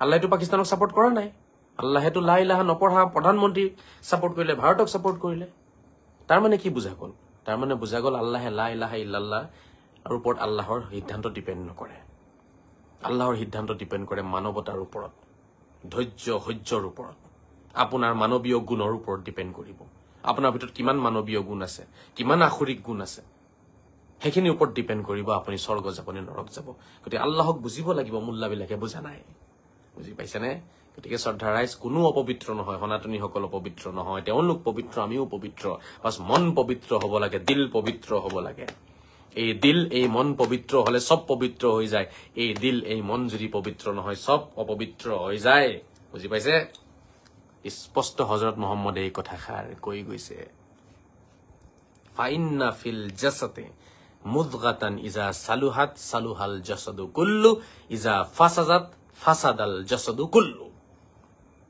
হযৰত মুহাম্মদে কৈছে মানুহৰ অন্তৰ মানুহৰ শৰীৰত এটা মাংসৰ টুকুৰা আছে মাংসৰ টুকুৰা এটা আছে মানুহৰ শৰীৰত সেই মাংসৰ টুকুৰাটো যদি পবিত্ৰ হৈ যায় গোটেই দেহা পবিত্ৰ হৈ যাব সেই মাংসৰ টুকুৰাটো যদি অপবিত্ৰ হৈ যায় গোটেই দেহা অপবিত্ৰ হৈ যায় কি কথা কৈছে হযরত মুহাম্মদে সাহেব वाह क्या बात है यार ইয়াক কয় কথা হা এটু কয় হুনৰ কালিৰে হুনৰ পানীৰে লিখি ৰাখা কথা এইবোৰ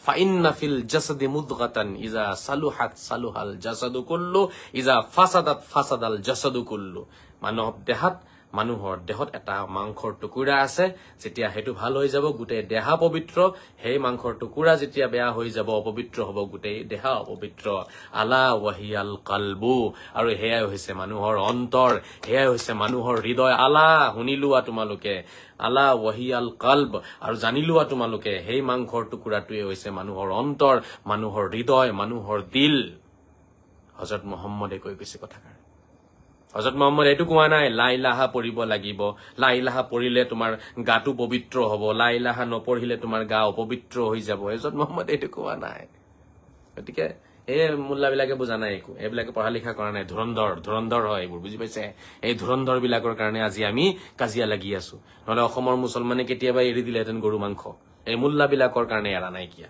দুখীটো মুল্লাবোৰ হয় ৰাইজৰ কোনো ভুল নাই দুখী মুল্লাবোৰ হয় ৰাইজৰ কোনো ভুল নাই গতিকে শ্ৰদ্ধাৰাই যিকিনক এৰিছো মই এইবোৰ সদায় কৈ থাকো মোক এনেই গালি পাৰিব এতিয়া মানুহে এইবোৰ মুল্লাৰ কথা কলে আসল চুৰক চুৰ বুলি কলেই মানুহে বেয়া পায় এতিয়া চুৰক এতিয়া মই মহাপুৰুষ বুলিহে ক'ব লাগিব তেতিয়াহে বহুতেই ভাল পাব আৰু মই চুৰক চুৰ বুলি কম গৰুক গৰু বুলি কম ন হা তো যিবিলাক অপৰাধীক অপৰাধী বুলি কম মুল্লাই অপৰাধীক অপৰাধ হয় অপৰাধী কৰিছে মুল্লাই অপৰাধ কৰিছে অপৰাধী হয়তো অপৰাধী বুলি কম ন কিয় অপৰাধ কৰিলে তেওঁলোকে কিয় হযৰত মুহাম্মদক তেওঁলোকে আজি উগ্ৰবাদী নেতা বনাই দিলে সাম্প্ৰদায়িক নেতা বনাই দিলে গতিকে এটো কবই লাগিব এৰিছো 12টা বাজি পৰহল হোক ৰাতিপুৱা অলপ কামো আছে আপোনালোকৰো আছে ফজৰৰ নামাজো পঢ়িব আপোনালোকে সকলোৱে ৰাতিপুৱা উঠিব লাগিব এৰো কেতিয়াবা লাইভ কৰোঁতে মোৰ ৰাতিপুৱা নামাজ গুচি যায় জানে নাই পিছত উঠি পেলাই পঢ়িব লাগে 7টা বজাত গতিকে একো নাই লাগিলে এদিন দেৰিকে পঢ়িম তথাপিও আপোনালোকৰ লগত আলোচনা কৰাটো বেছি মোৰ কাৰণে ইম্পৰ্টেণ্ট হয় নামাজটো মই পিছতো পঢ়ি ল'ব পাৰিম এইটোৱে হৈছে ধৰ্মৰ ঊৰ্ধ্বত কাম কৰা নামাজটো পিছতো পঢ়িব পাৰিম আমাৰ কাৰণে অপচন আছে ৰাতিপুৱা উঠিব নোৱাৰিলে প্ৰব্লেম আছে উঠাৰ পিছত পঢ়ক না কি প্ৰব্লেম আছে একো প্ৰব্লেম নাই ইছলাম কিমান সহজ ধৰ্ম কিছুমানে গুড়া এই এনি হাও তোৰ কিবা কাম আছে সব এৰি তো উঠিব লাগিব সেইবোৰ হৈছে গুড়ামি আপোনাৰ কাম কৰক ধুনীয়াকে হুৱক হাৰ নাপালে পিছত পঢ়ি যাব হযৰত মুহাম্মদ এবাৰ টোপনিত হুই থাকিলে হাৰ নাপালে তেতিয়া তেখেতে বেলি উঠাৰ পিছত বহু দেৰি পিছত তেখেতে পঢ়িছে বুজি পাইছে নাই হযৰত মুহাম্মদৰ নিজৰ হৈছে এটো এইখিনিটো কথা নকয় তেওঁলোকে হযৰত মুহাম্মদ নিজে হুই থাকিলে এবাৰ ৰাতি সব আপোনাৰ কৰবাত গৈছিলে ফুৰিবলৈ কাৰণে হুই থাকিলে তেওঁ হুই আছে লগত গোটে পাৰ্টি হুই আছে গোটে পাৰ্টি গোটে দল হা শ মানুহ হুই থাকিলে কাৰো টোপনি না ভাঙিলে ৰাতিপুৱা একদম বেলি ওলাই গল ৰদৰ তাপ যেতিয়া পৰিছে গাত তেতিয়া হাৰ পাইছে হযৰত মুহাম্মদ আৰে মইতো ফজৰৰ নামাজ পঢ়া নাই কি হেতু কি হ'ল উঠি পেলাই পঢ়িছে ইছলাম ধৰ্মটো বহুত সহজ হয় মুল্লাবিলাকে টাইট কৰিছে গুড়ামি সেইফালে আমাৰ যাব নালাগে আৰামছে খাওক বক হোক ৰাতিপুৱা হাৰ পোৱা নাই পিছত পঢ়ি ল'ব আৰু চেষ্টা এটা কৰিব লাগে হাৰ পাবলৈ কাৰণে হেতুৱে কথা ঠিক আছে এৰিছো এতিয়া ধন্যবাদ যিসকলে কমেন্ট কৰিছে যিসকলে চাই থাকক শেয়াৰ কৰিব কুৰবানীত গৰু কুৰবানী কৰিলে কিন্তু হযৰত মুহাম্মদৰ আদৰ্শক কুৰবানী কৰা হ'ব তেখেতৰ চৰিত্ৰক কুৰবানী কৰা হ'ব তেখেতৰ অস্তিত্ব মিটাই দিয়া হ'ব তেখেতক কলংকিত কৰা হ'ব গতিকে শ্ৰদ্ধা ৰাইজ এইটো নকৰিব ছাগলী কুৰবানী কৰি মাংস সবকে বিলাওক সবৰ লগত খাওক একেলগে ঈদ পালন কৰক তেতিয়া হযৰত মুহাম্মদ যে মহান ব্যক্তি হয় এই কথাকাৰ প্ৰমাণ হৈ যাব হযৰত মুহাম্মদৰ চৰিত্ৰ যে মহান এই কথাও প্ৰমাণিত হ'ব ইছলাম আৰু কোৰআন যে মহান ধৰ্ম মহান কিতাপ হয় এই কথাষাৰো প্ৰমাণিত হৈ যাব আৰু যদিহে আমি সেইখিনি নকৰো গৰু লৈ পেলাই পাগল হৈ থাকো তেতিয়া হলে আমাৰ কলংকিত যিবোৰ গুণ আছে সেইখিনি থাকি যাব আমি কেতিয়াও আমি হযৰত মুহাম্মদক মহান বুলি আমি দাঙি ধৰিব নোৱাৰিম প্ৰমাণ কৰিব নোৱাৰিম ঠিক আছে এৰিছো শ্ৰদ্ধা ৰাইজ খুদা হাফিজ জয় শ্ৰী ৰাম জয় শ্ৰী কৃষ্ণ জয় শ্ৰী যীশু জয় শ্ৰী মোহাম্মদ জয় শ্ৰী বজৰংবলী জয় শ্ৰী শংকৰ জয় শ্ৰী মাধৱ জয় শ্ৰী গুৰু নানক জয় শ্ৰী গৌতম বুদ্ধ জয় শ্ৰী আজান পীৰ জয় শ্ৰী বৰপীৰ জয় শ্ৰী আজমেৰী পীৰ ভাৰত মাতা কি জয় বন্দে মাতৰম জয় অসম খুদা হাফিজ ফি আমানিল্লাহ ফি ৰিয়াতি আসাদুল্লাহ লাইলাতুকুম গুড নাইট সব খাই শুভৰাত্ৰি শান্তিৰে থাকক শান্তি বিলাওক মৰমেৰে থাকক মৰম বিলাওক নমস্কাৰ আসসালামু আলাইকুম সত শ্ৰী আকাল আদাব বাই বাই